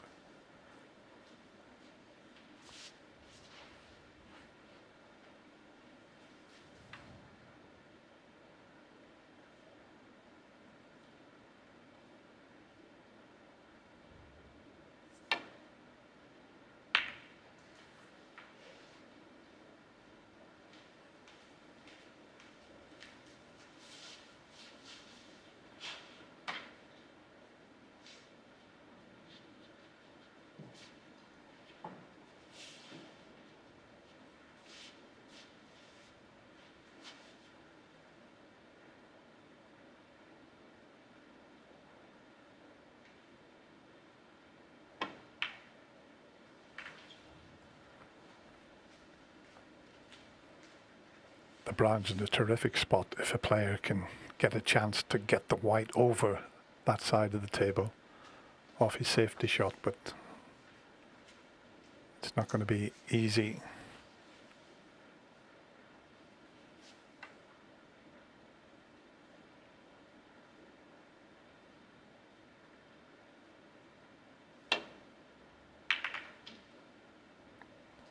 No way over towards the brown from where they were sitting there.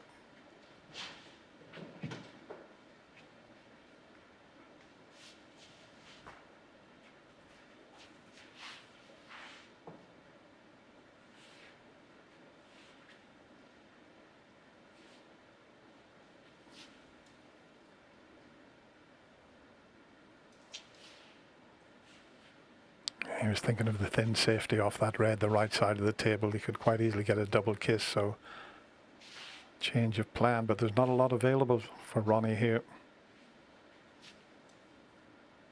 Got to be careful with this one. Watch the side.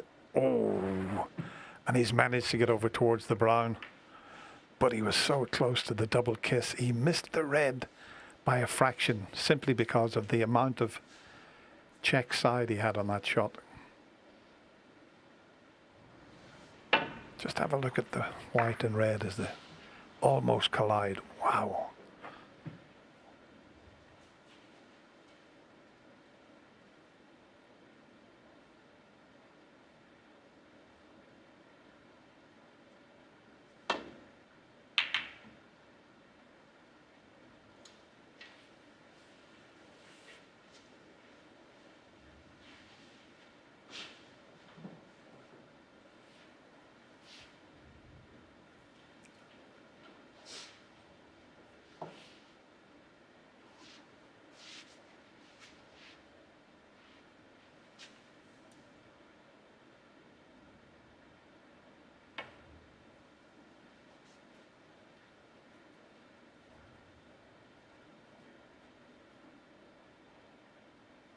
Foul and a miss. John Higgins full. Back.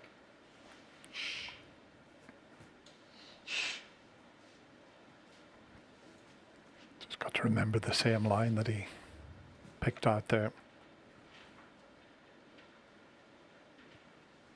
Wants to just land on it and leave the white tight on the cushion if possible. That look, Ronnie? Yeah, and if he plays the same shot, obviously he'll have to hit this time because he'll be called and be warned. He's got to hit a red the third time. He'll be forced into playing the red down the left cushion.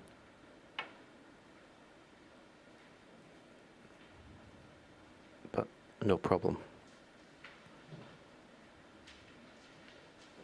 Anxious look from Ronnie. He's coming round to see if that red went past the black into the right corner pocket.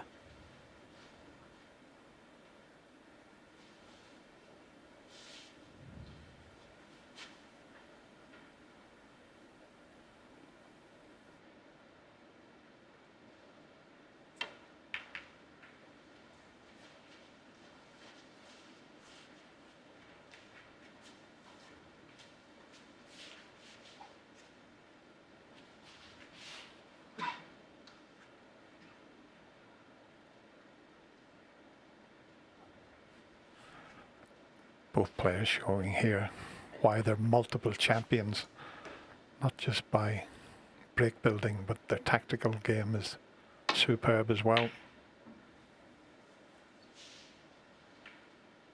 which is what you need if you're going to win the amount of titles that these two players have won.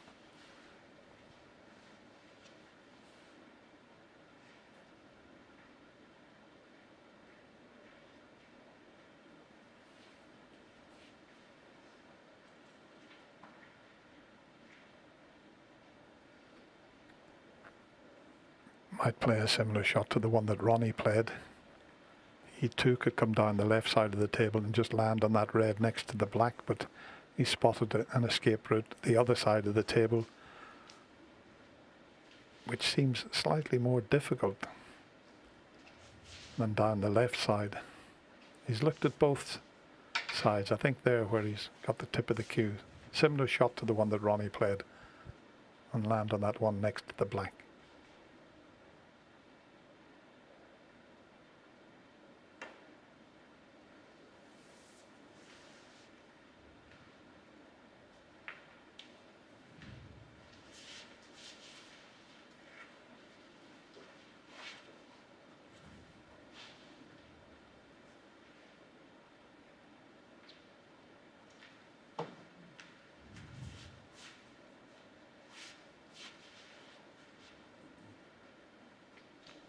Don't think he can get over behind the brown off this red that he's looking at.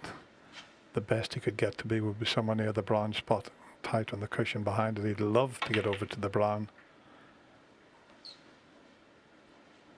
Wasn't quite the angle to get in behind the brown, but that's still pretty good.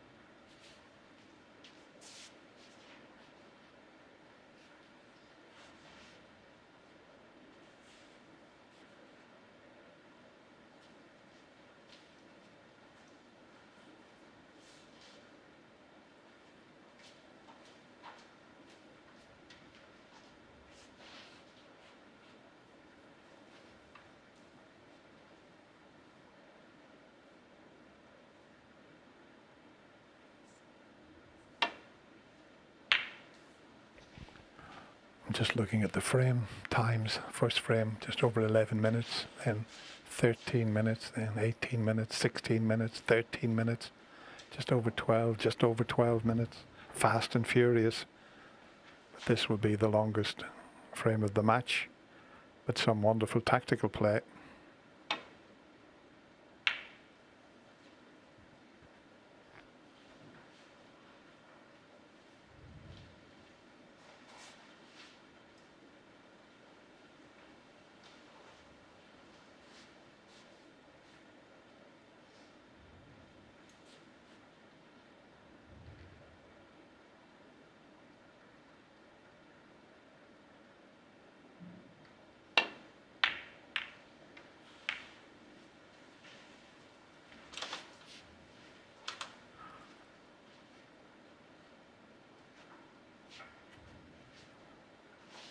Couldn't quite get enough side on that to avoid the cannon onto the yellow, and now that the yellow's gone over there, that's quite a big target, but not easy to swing it over there.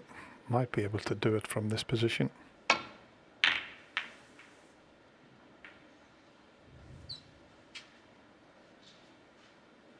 But that's opened the black up. That was quite a good shot from Ronnie there, because the black and the pink were out of commission. Yeah, you might think, well, he's left a red to the right corner. Well, he has, but there's no future in the cue ball. Cue ball's going to be cannoning into reds. If he takes the red on, he's just going to be fully committed and just hope that it lands well. He's come to look at the potting point. If he pots this and gets on a colour, it'll be amazing, because he's going to cannon into something, you would feel.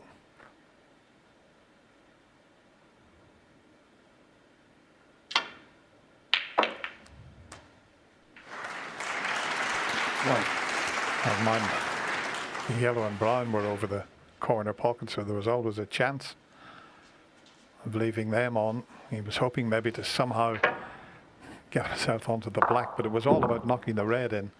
He knew he was canning into that red.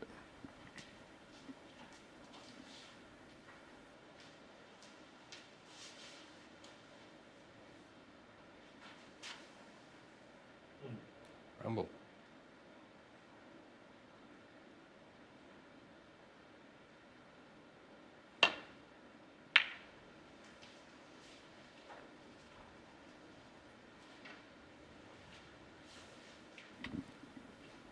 Very good 5. shot.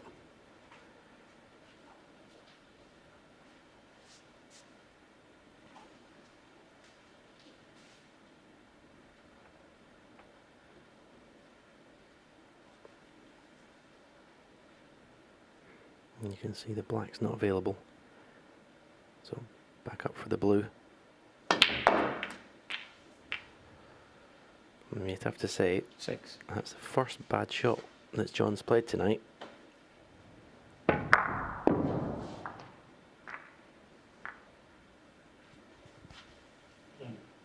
Rumble.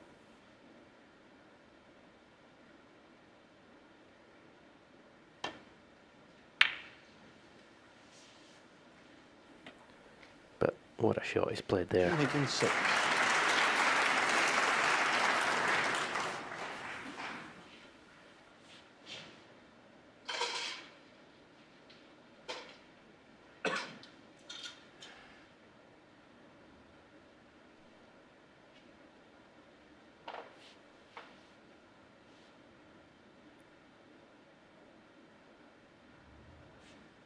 There's no red that's near a cushion that he can play to land on.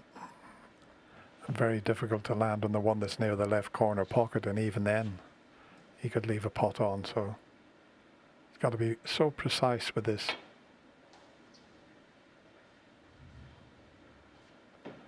It's a long way short, but Foul. And a miss. John Higgins John will 4. have a look at things. The red next to the brown goes up into the corner, but doesn't want to know about that. He feels if he puts Ronnie back in, he might get a better chance.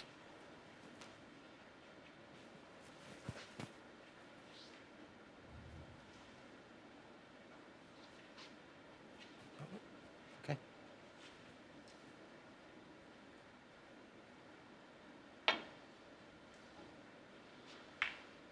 Foul. And a miss. John Higgins 5.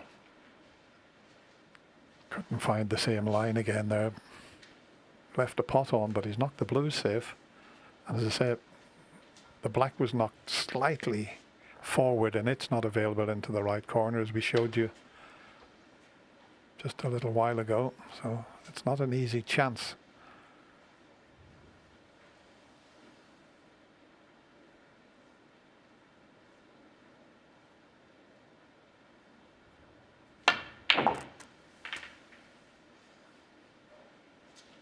One.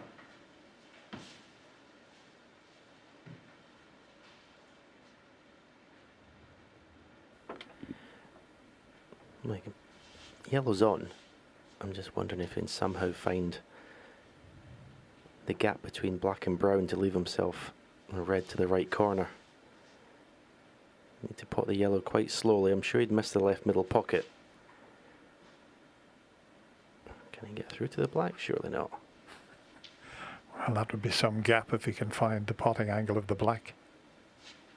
He never even looked at it initially, but it might be on.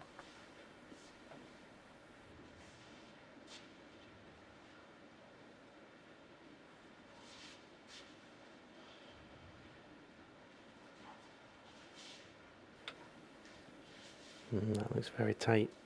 And there you can see the gap there between the black and brown Yellow that ball. you need to find for that red to right corner.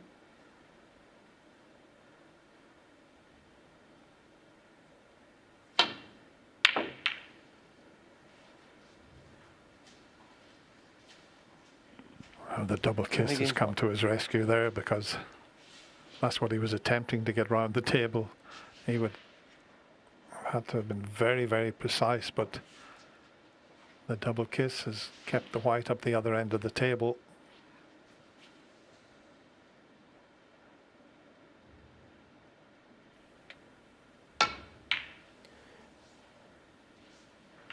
Yeah, there's not been a lot of, you'd say, run of the ball for either player, because basically they've just got in and cleared up every time they've got in. But any little rubs that have gone, I think you'd have to say they're favouring John at the moment. He's getting away with his bad shots. There haven't been many.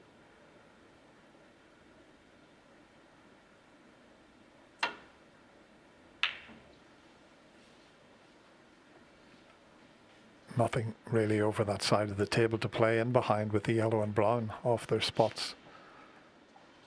So you just try to get the white as close to the cushion as possible.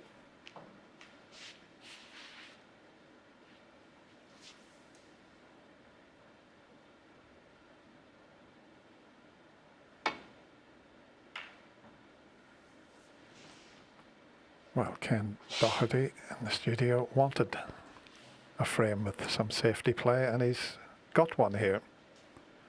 Now the longest frame so far, and there's still a few reds on the table.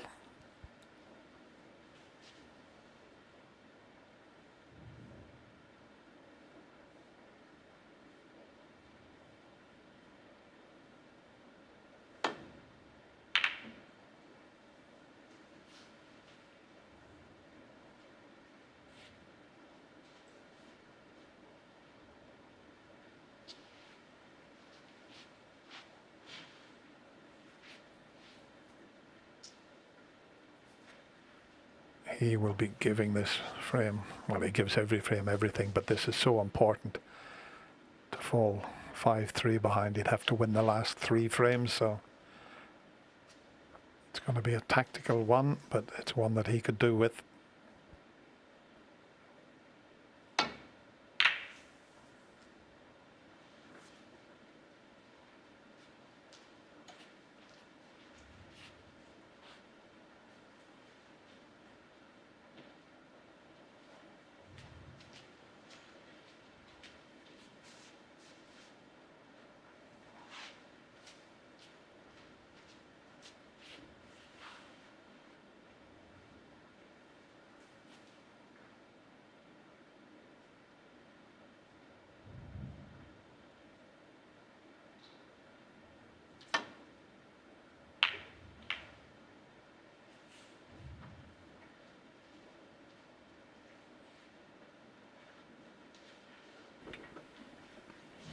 That was class.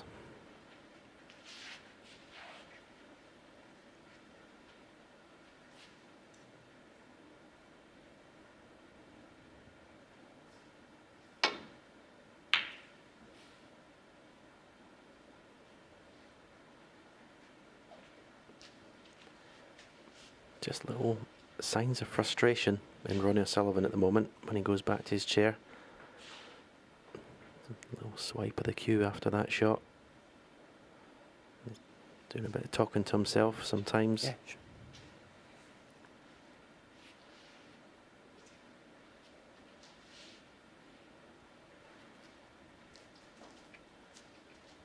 Yeah, he knew he hadn't played quite as good a safety shot that time. That's why he was a little annoyed. But John Higgins still has to knock this red in. And because of the scoreline, there's a little bit of pressure on this. Not a gimme.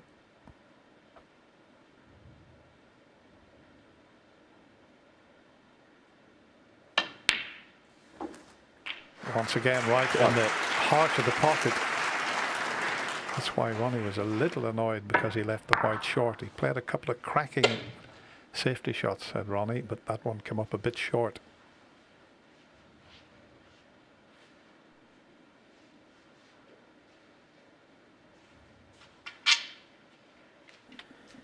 Yeah, it beggars a question of how well John's played tonight. Why is he not playing like this more often? He's got the pedigree.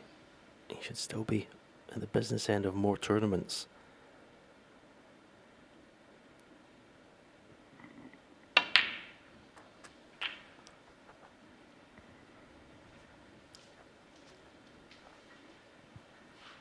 He's not on the red that he intended. I think the black's just blocking that, and I'm not sure if he can get through to the one near the pocket. Can't get to that. 5. Might be able to sneak this one in. Yeah, I think it's focus with John because he's playing Ronnie. He knew, Stephen, that he had to be up for this one the way Ronnie was playing.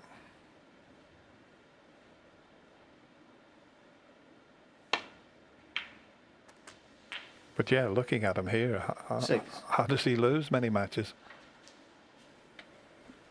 Yeah, and Ronnie's still competing in lots of finals regularly, but you don't see it so much from John. And see the way he's played tonight, the class that he has.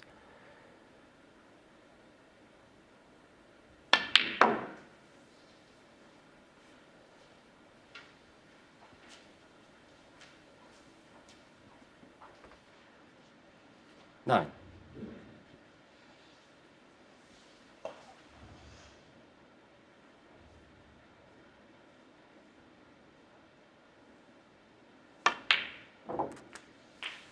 Ten. Not the cleanest of pots. The green was an excellent shot to get straight on the red. I don't know if he was deliberately pinching a bit the pocket to get nicer on the black there.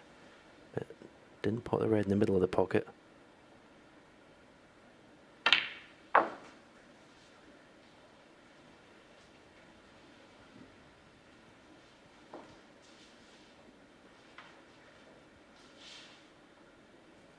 17.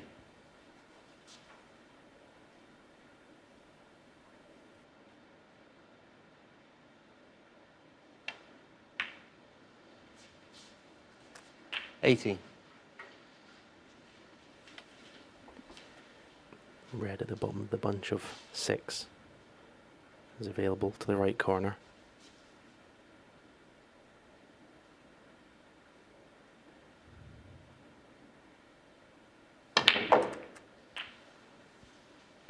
Another excellent positional shot.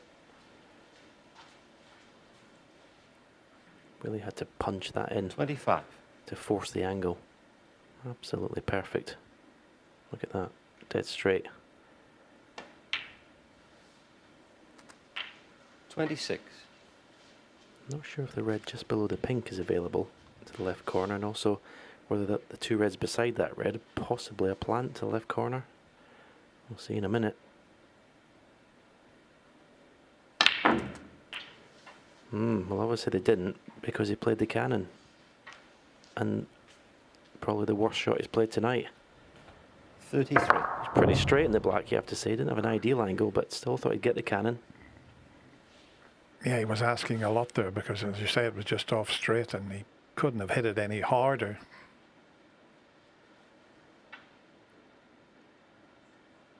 What a recovery pot this would be.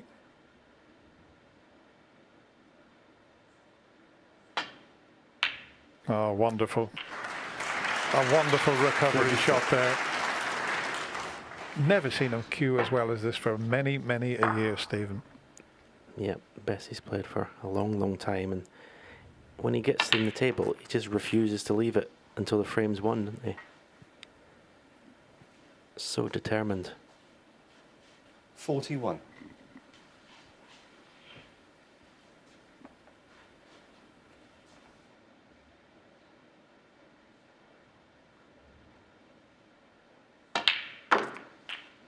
$42.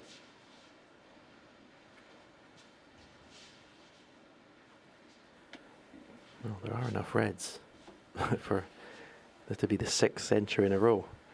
It's a big ask. No, it couldn't happen, surely.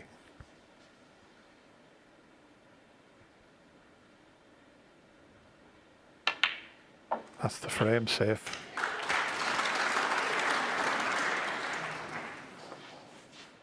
$49.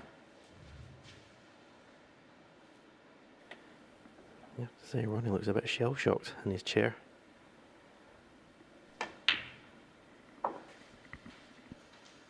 $50. It's amazing. He definitely knew, didn't he, when his safety come up a little bit short. He knew what was coming.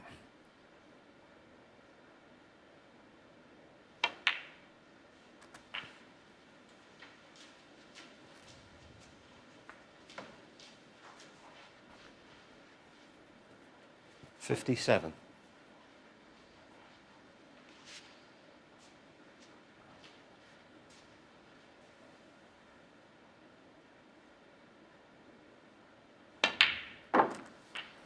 keep 58. saying, 5 centuries in a row.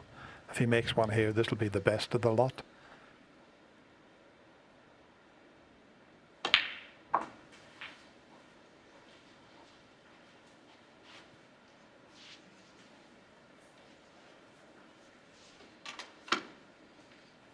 $64.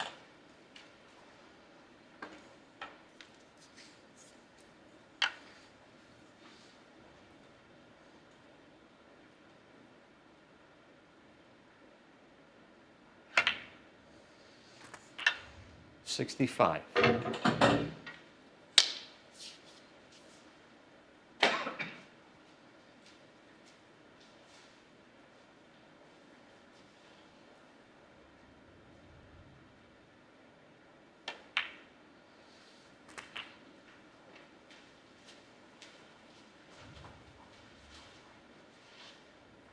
$72.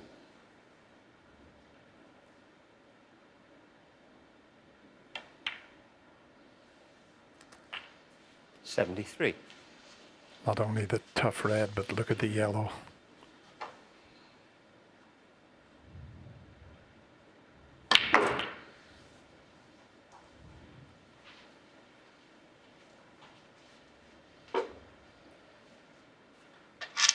$80.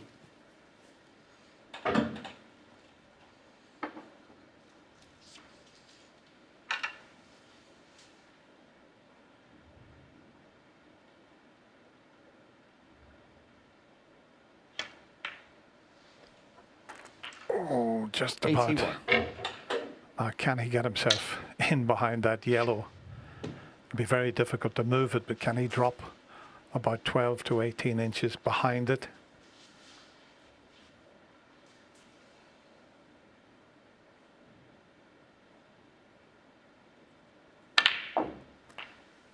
Oh, he's the wrong side of it. Wanted to be near the cushion, obviously.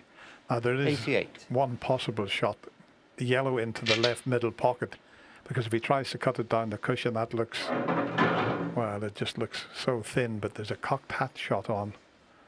But I think he's going to try and snick it along the cushion. This would be some shot. Oh, close, close. John Higgins, But 88 it's not on the front. there. Almost in the record books again, but no 6th century. But what a fabulous effort from John Higgins. And now he leads 5-3. John Higgins take it back to Steve and Dennis.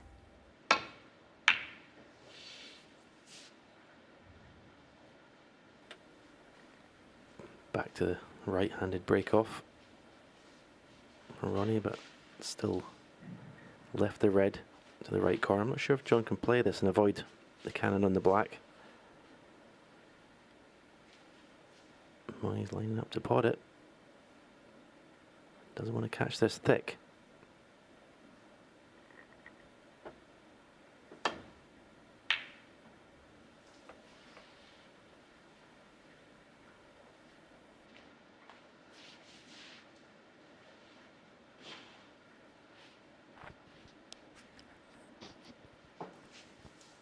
No value in having a go at that red, the left side of the table, because the black's tied up.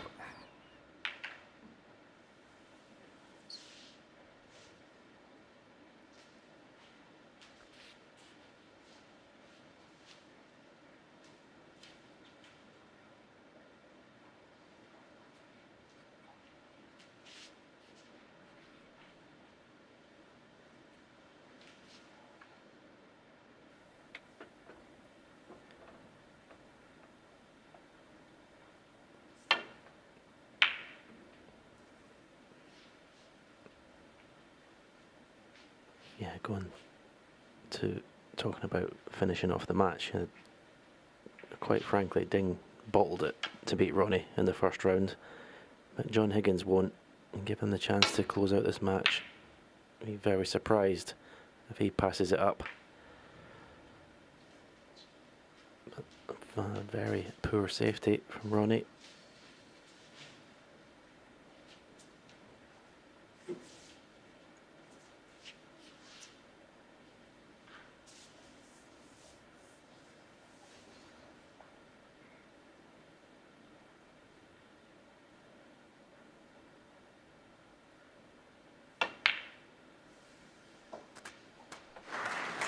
1.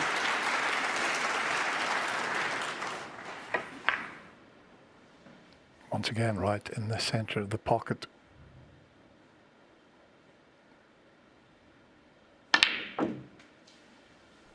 It was Ronnie's poor safety that cost him the last frame. He'll be hoping that that poor safety shot doesn't cost him 6. the match.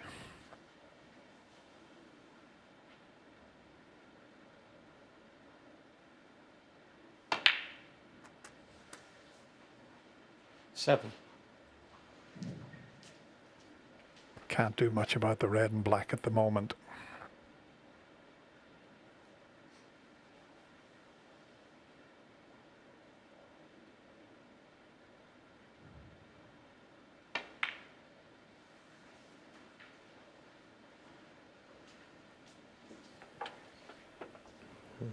When I look in his face, he Wow. wanted to miss the pink there, just stun the cue ball past it, because I think he's just made the pink unpottable. I think it was available before that.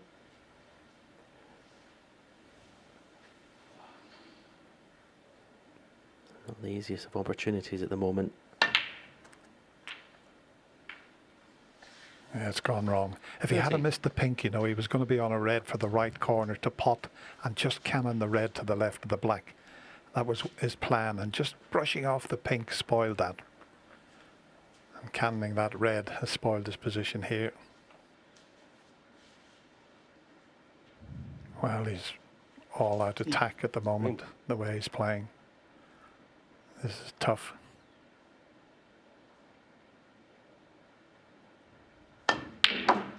Is there anything tough on the table at the moment? Well, this is, because he's got a bridge over, what, 16. 3 reds to get to this? Okay, he's got very little to do with the cue ball, but this is so awkward.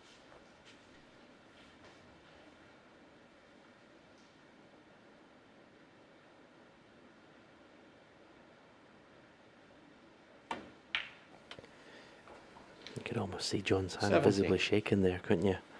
It doesn't affect his shot, but there's a slight tremble there, you could see it. Look at his thumb.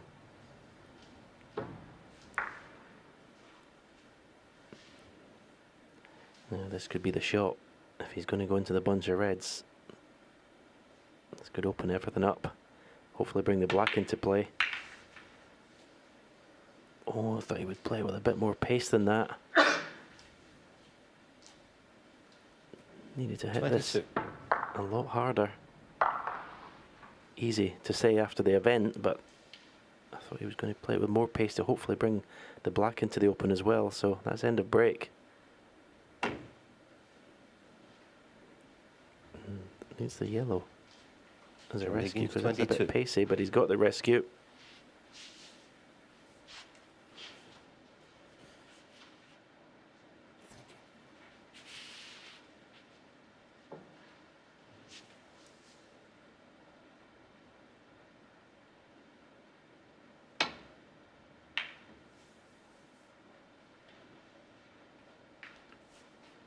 Just the safety side of Ronnie's game is just letting him down at the moment.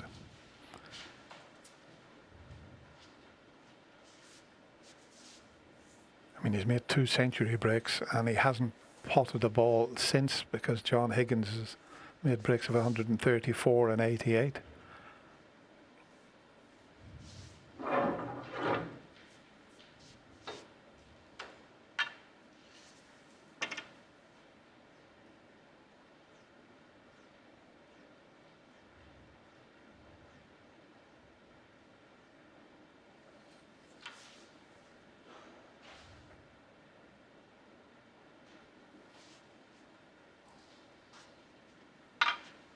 Change of mind.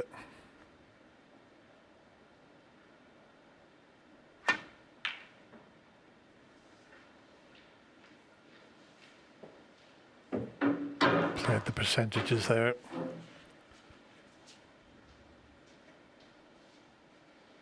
Calling on all his experience that time, he didn't want to risk that one with the rest.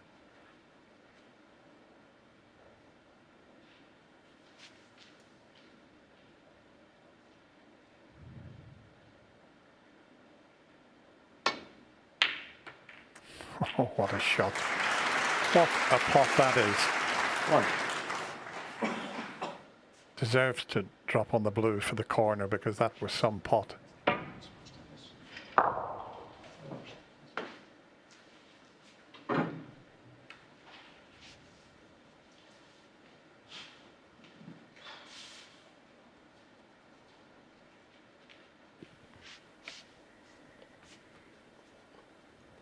Well, it's going to be fascinating to see if Ronnie's got a response to what's happened to him.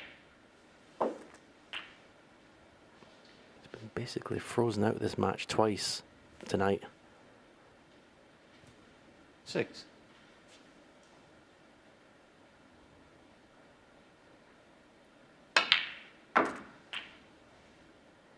7.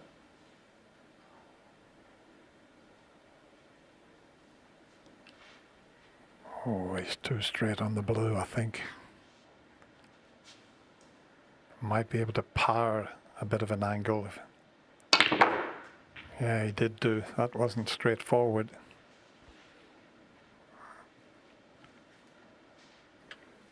To the inch. 12. Look at that.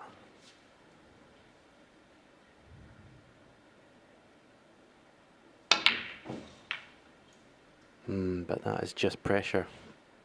That is just the pressure that he's been put under from John Higgins tonight.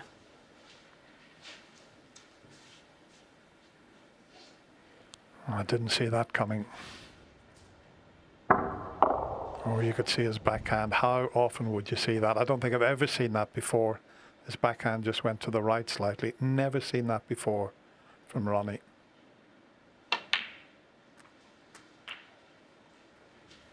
1.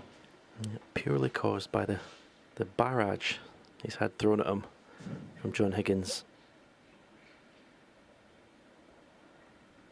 And what a glorious chance he's left for John to close this match out. Just watch the right hand here. Yeah, you 6. never see Ronnie do that.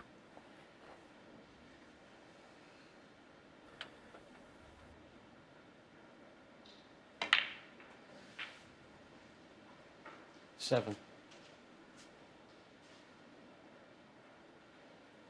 Well, there you see Ronnie, what Ronnie thinks is going to happen here.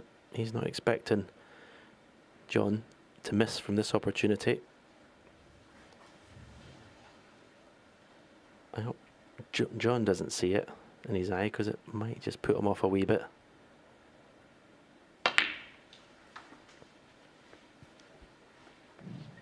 Yeah, unusual for a player to undo his waistcoat and more or less say, well, I 12. expect my opponent to score enough to win the match here.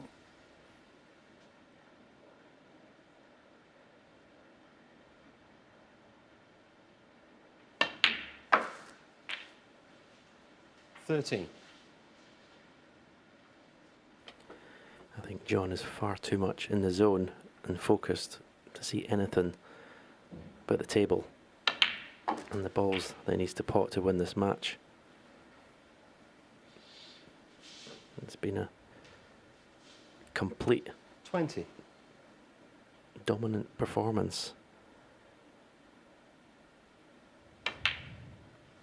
Okay, Ronnie's, when he's, the 21. frames Ronnie's won, he's played brilliant, but John has just been on another level.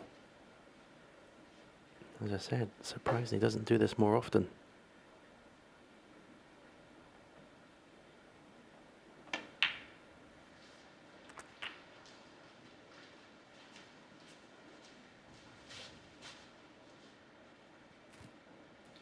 $28.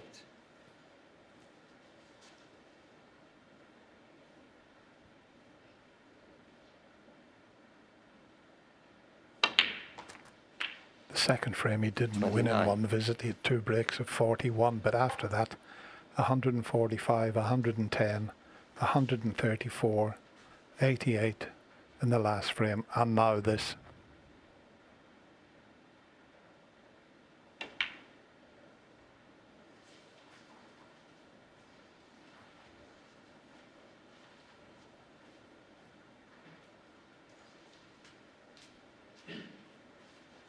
36. He's got an easy red over the corner pocket. But he's in the zone and he's going to play the one he intended to be on, the one to the right of the pink. He's coming around to look at that other one. It's unmissable.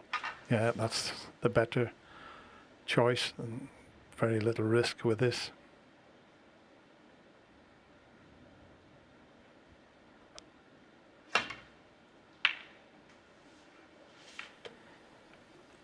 Yeah, I was about to 37. say, the only thing, it was a much easier pot, but it wasn't the guaranteed position. The other one, he just had to stunt it and he was on the pink, and it was match over.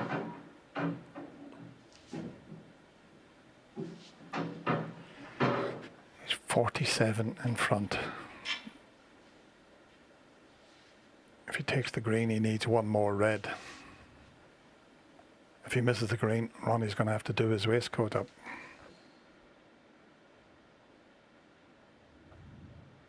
No, he's got a lovely angle.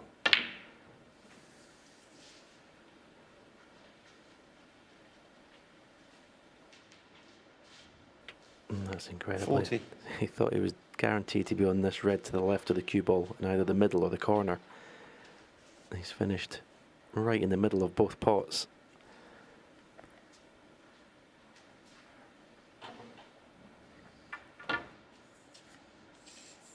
He seemed to be having a little smile to himself there, Ronnie. He's thinking, I hope he knocks the green in and then I don't have to fasten my waistcoat up. I think that's what's going through his mind. But just drop it in dead weight.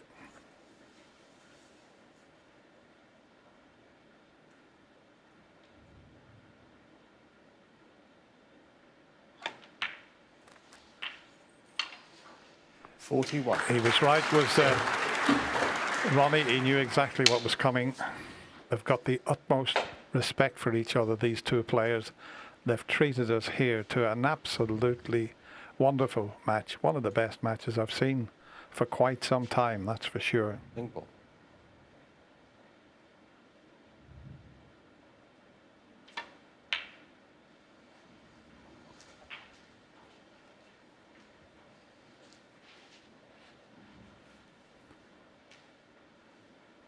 .47.